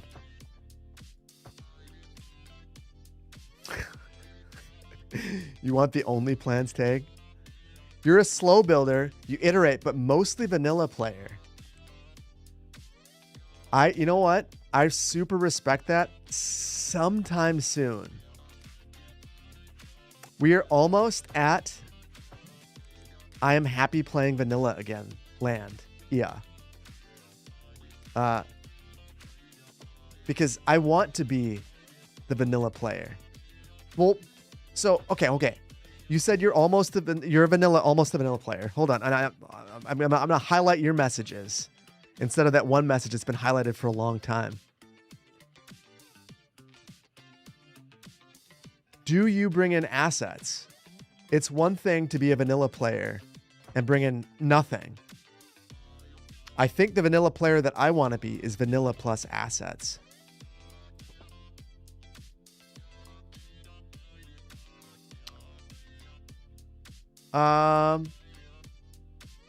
Babe, welcome on in. Good to have you here. You had the region packs. I don't know. So the region packs are interesting. I saw something on Reddit complaining about the issues that the region packs have introduced, which I agree. They need to get fixed. But I still consider region packs vanilla. But I think that you could still like you get a Mac Welshman building and you put that as a center, or you use let's say you use a whole bunch of assets from Joe, just like the homes. You could still build a quality vanilla city with some assets. You're so vanilla you don't even play CS2 anymore? You don't even play CS2, Forrest? I mean, that is the most vanilla way of playing. Just don't even play. You also consider region packs vanilla? Yeah, basically, if it's officially supported, that's vanilla in my mind. What I would honestly like to see happen is I very much dislike that region packs are through Paradox mods. if it's going to be through Paradox mods, to me, you should be able to select the assets that you want and not get this gigantic pack. And if it's not going to be through Paradox mods, or if it is through Paradox, no, if it is, that's how you should. If it's and if you're going to have the big pack, I feel like it should just be a free DLC. And then it gets rid of some of the potential issues and pitfalls that we've experienced with them. Or maybe I'm oversimplifying it. It doesn't really matter.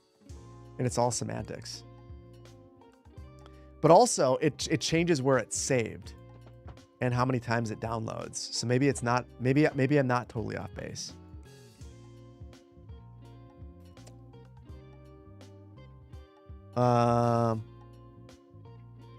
You play modded, but not willy-nilly. If you sub to too many things, you forget they exist after a day or two, and they just bloat up your playset, so you call ruthlessly. I should be more like you. I should be more like you, because I am not that. I sub to things before I get in, and then I forget that they're there. Oh my goodness. Do you guys remember how blurry and junky this looked? Look at that. Look at that. We're going to be able to place the homes exactly where they are. So for anyone who's just joining, we used Google Earth Pro to grab imagery, throw it over the top of the imagery that we got from, God, what is the name of the website? Terraining.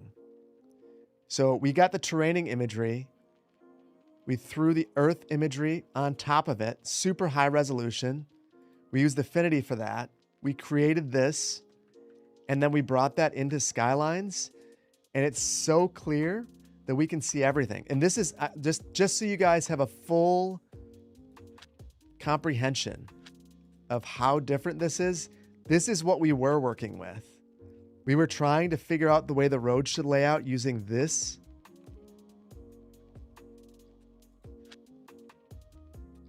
And then we made this night and day. Night and day. We have to redo a whole bunch of the roads because this is so much better.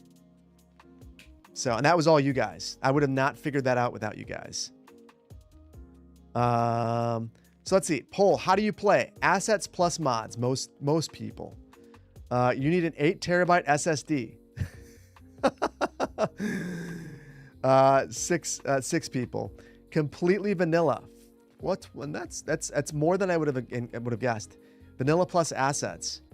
That's a good chunk of people. A third of the people playing vanilla or vanilla plus assets. It's like putting on glasses. Poplar, I agree. It's kind of unreal how much better this looks. I'm gonna throw. We're gonna be doing this again.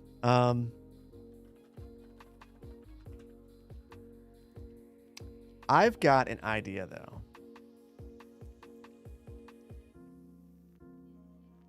I don't know if it's going to work, but I'm going to try it. Oh, wait. Let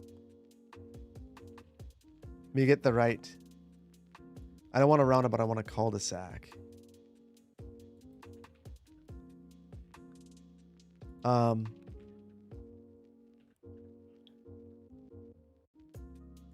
crap. What am I doing?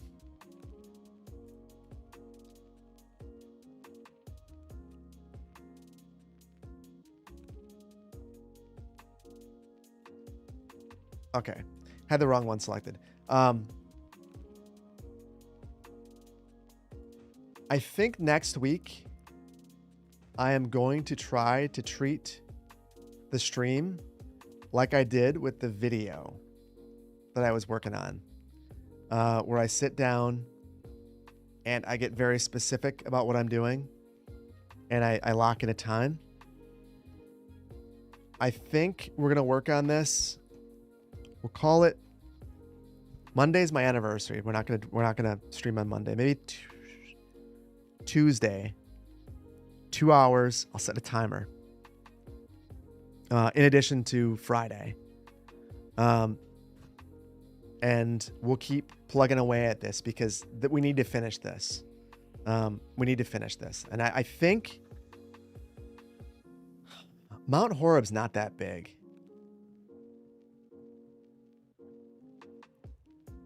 I think I need to build the whole city. Now that it's clear and I'm not struggling, there's no reason why we can't build every road. Maybe we don't plop every building, but a lot of this is single family homes. It's, you know, high school, elementary school, the small downtown. We could do this.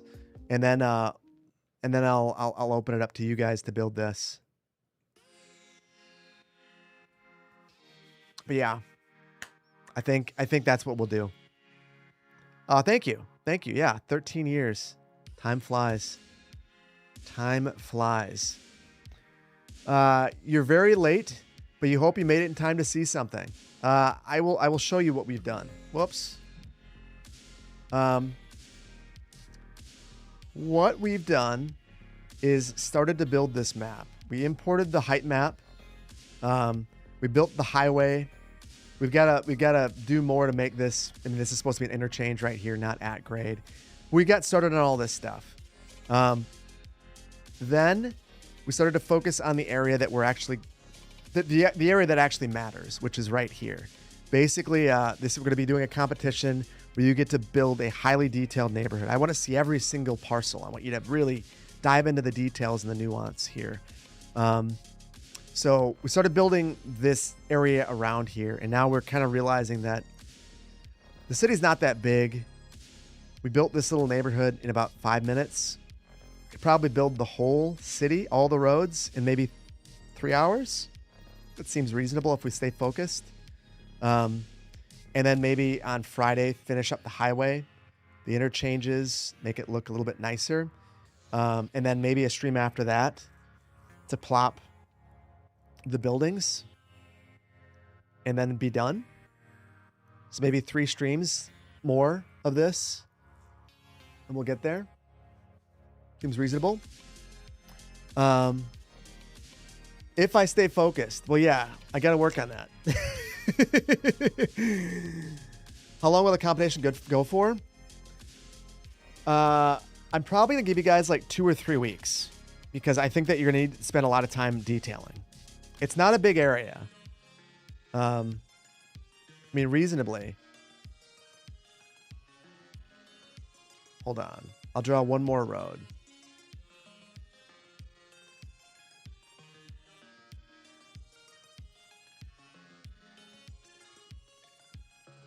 This is an important road.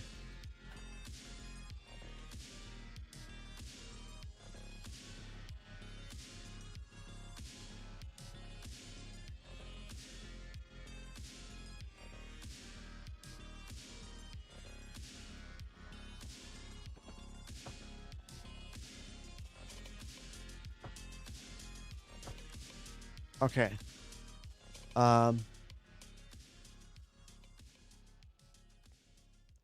Actually, I need one more. I need one more road. We can't stop there. Now I can't select that. Okay, there it is.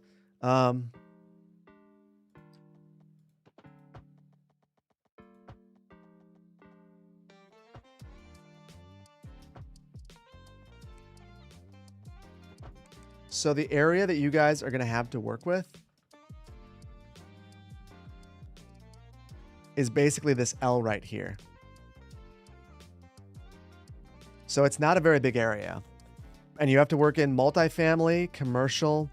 There's a park that's right here with a baseball diamond. So we're probably going to use Teddy Radko's baseball diamond and kind of give you the outlines of the park. They want a trail through the neighborhood. You have to connect it to the trail, which is right here. It kind of goes through the middle of the site. So that's the link into there. And then potentially even throw in a stormwater feature. So there's a lot going on here. A lot going on here. It's going to be good. You're relatively new here, but you wanted to let you know it was a great stream and a great community. Welcome to the Neurodivergent team. Oh, thank you. Appreciate you. And yeah, well, we can't end just yet. I do need to do something. There's one important thing I need to do, but we have to hold on. Actually, before I talk, I'm going to let you know in a second.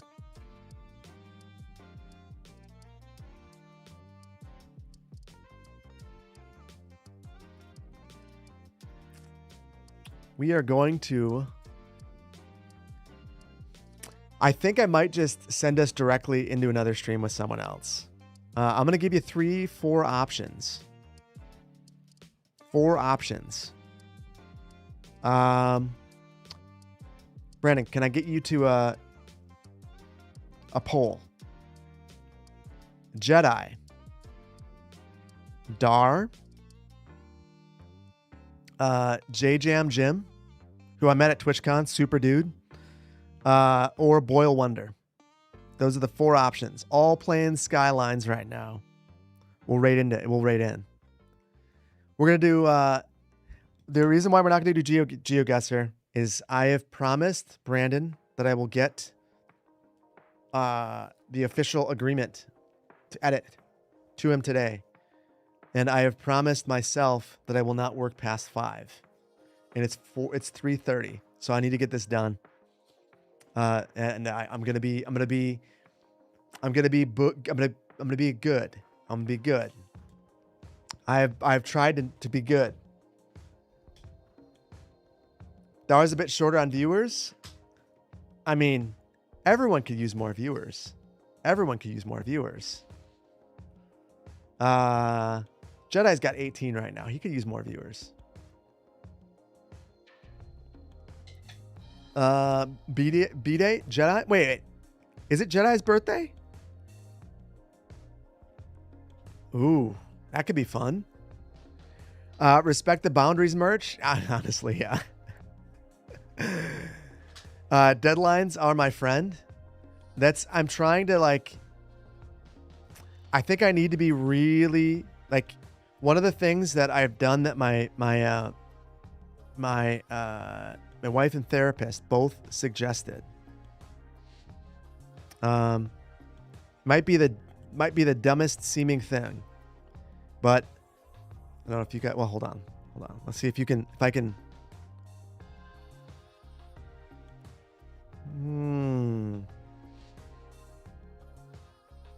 It's not gonna focus. Anyway, I have a reminder to go home. It tells me at 4:30 to go home, and by 5, it's alerting me like crazy to go home. And I feel like that is going to be a useful thing for me to have that. So yeah. I might like Focus Friend app by Hank Green. Well, I love Hank Green. So hold on.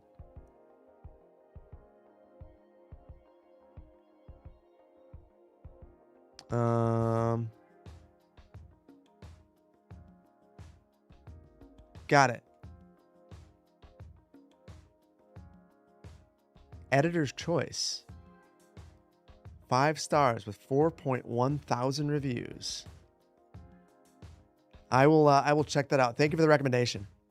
Hank Green is the GOAT. That's sick.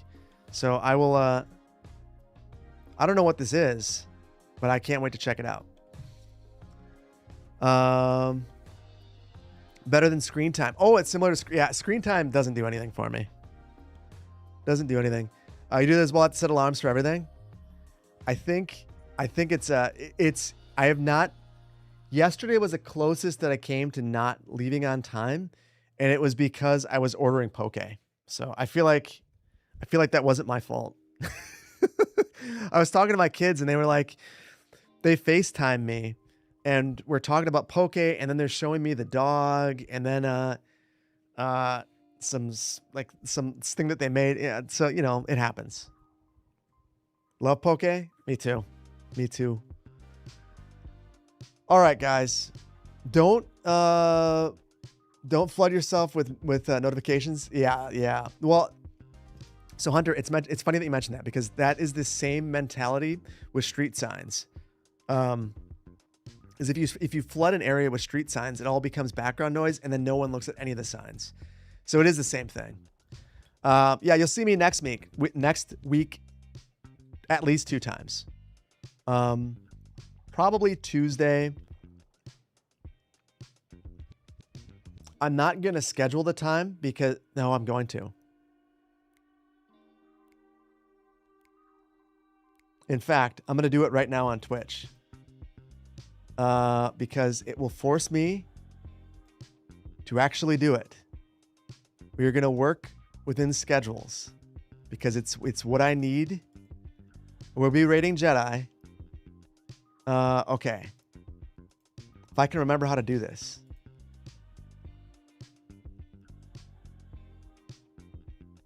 Hmm.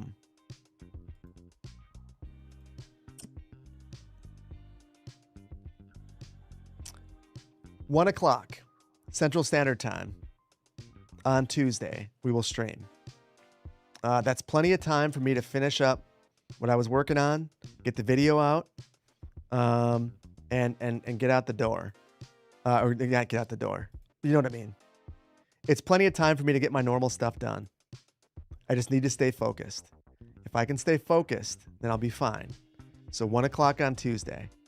I have no idea how to set a schedule. We won't worry about it.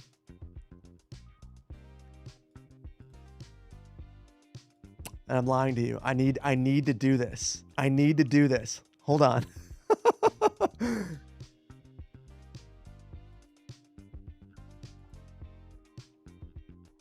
I don't know how to do this. All right, guys, I give up. What's my stream message?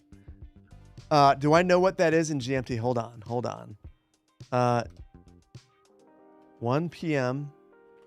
to GMT. That is 7 p.m. GMT on Tuesday. So 7 p.m. That's actually a pretty good time for Europe, I think. Yes. Respect the topography boundaries. Respect the boundaries. That's what it is. Okay, Twitch. Well, actually, hold on. One more thing. I just want to go through the activity one more time just to make sure I didn't miss anything. Lombix, thank you for the Prime. Team, thank you for the Prime. Lonely Wolf, thank you for the Prime. Jay Whistle, thank you for 11 months of Prime. Appreciate you guys. Looks like you all got... Maybe there was one person who didn't take... One person didn't take their mug. I don't know who that was. Local Magic. No, you got yours. Alt. You get, Gecko got theirs. MGAF. Muffet. Or I don't even know how to pronounce it. Hold on. I'll just type it in here. MG. Actually, I'll just message you.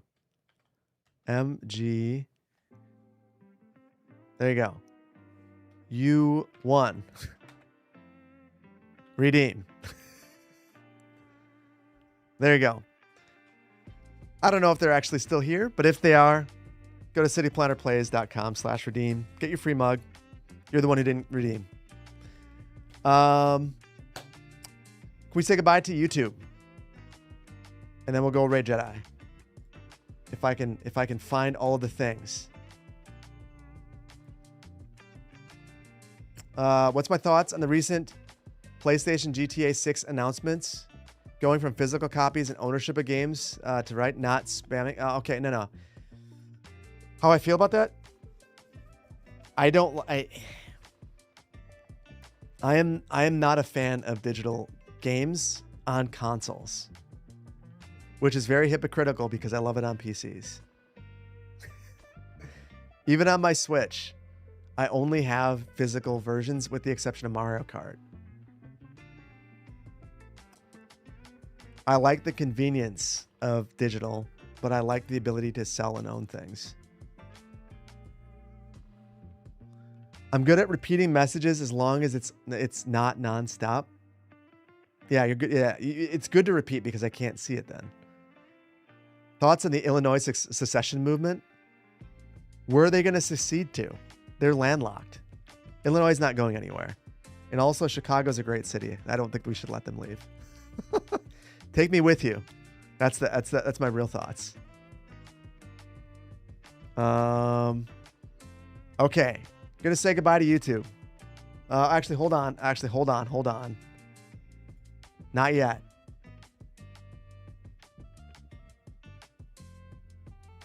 Bucky Gale, thank you so much for the super chat. Any advice for someone starting their first managerial position because of layoffs and moving from assistant planner into a vacant one? Oh.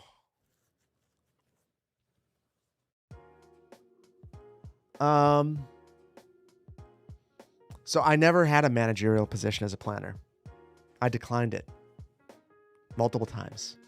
The closest I've had is here, doing this. The biggest advice I would give you is remember what it's like to not be the manager. Don't get too stressed out by it, and remember that be the kind of manager that you wish you had. That is the best piece of advice I'd give you. It sounds very messy. That is the thing I try to think about all the time is be the kind of manager that you always wish you had. Because it's very easy to become, I think, cold and distant, or try to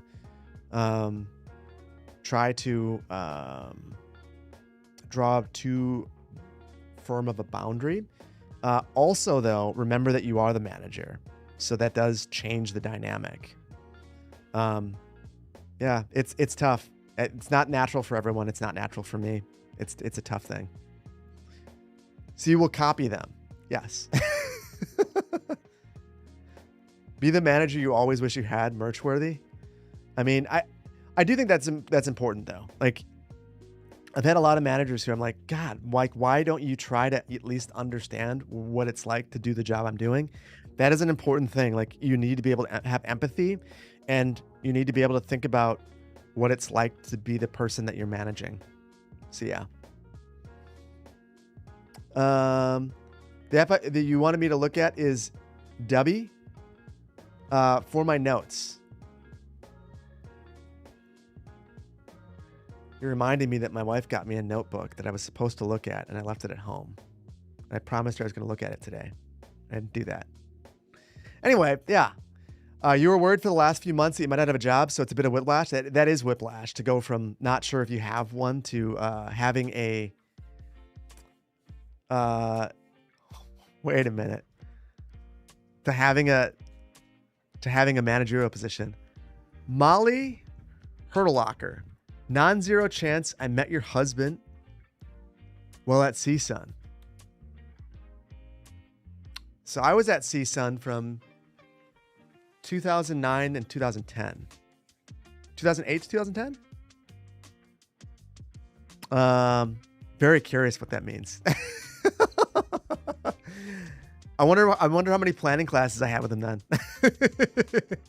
That's awesome. Thank you for the super chat. Or thank you for being an associate planner. All right, guys, YouTube. I'm saying goodbye to you guys. Goodbye, YouTube. We're gonna go raid Jedi. And congratulations on the promotion. That is whiplash, but that's good whiplash. And good luck. Good luck. Not everyone is meant to be a manager. You know, if you're one of those people, often promotions happen because how long someone has been at a job, it really works out.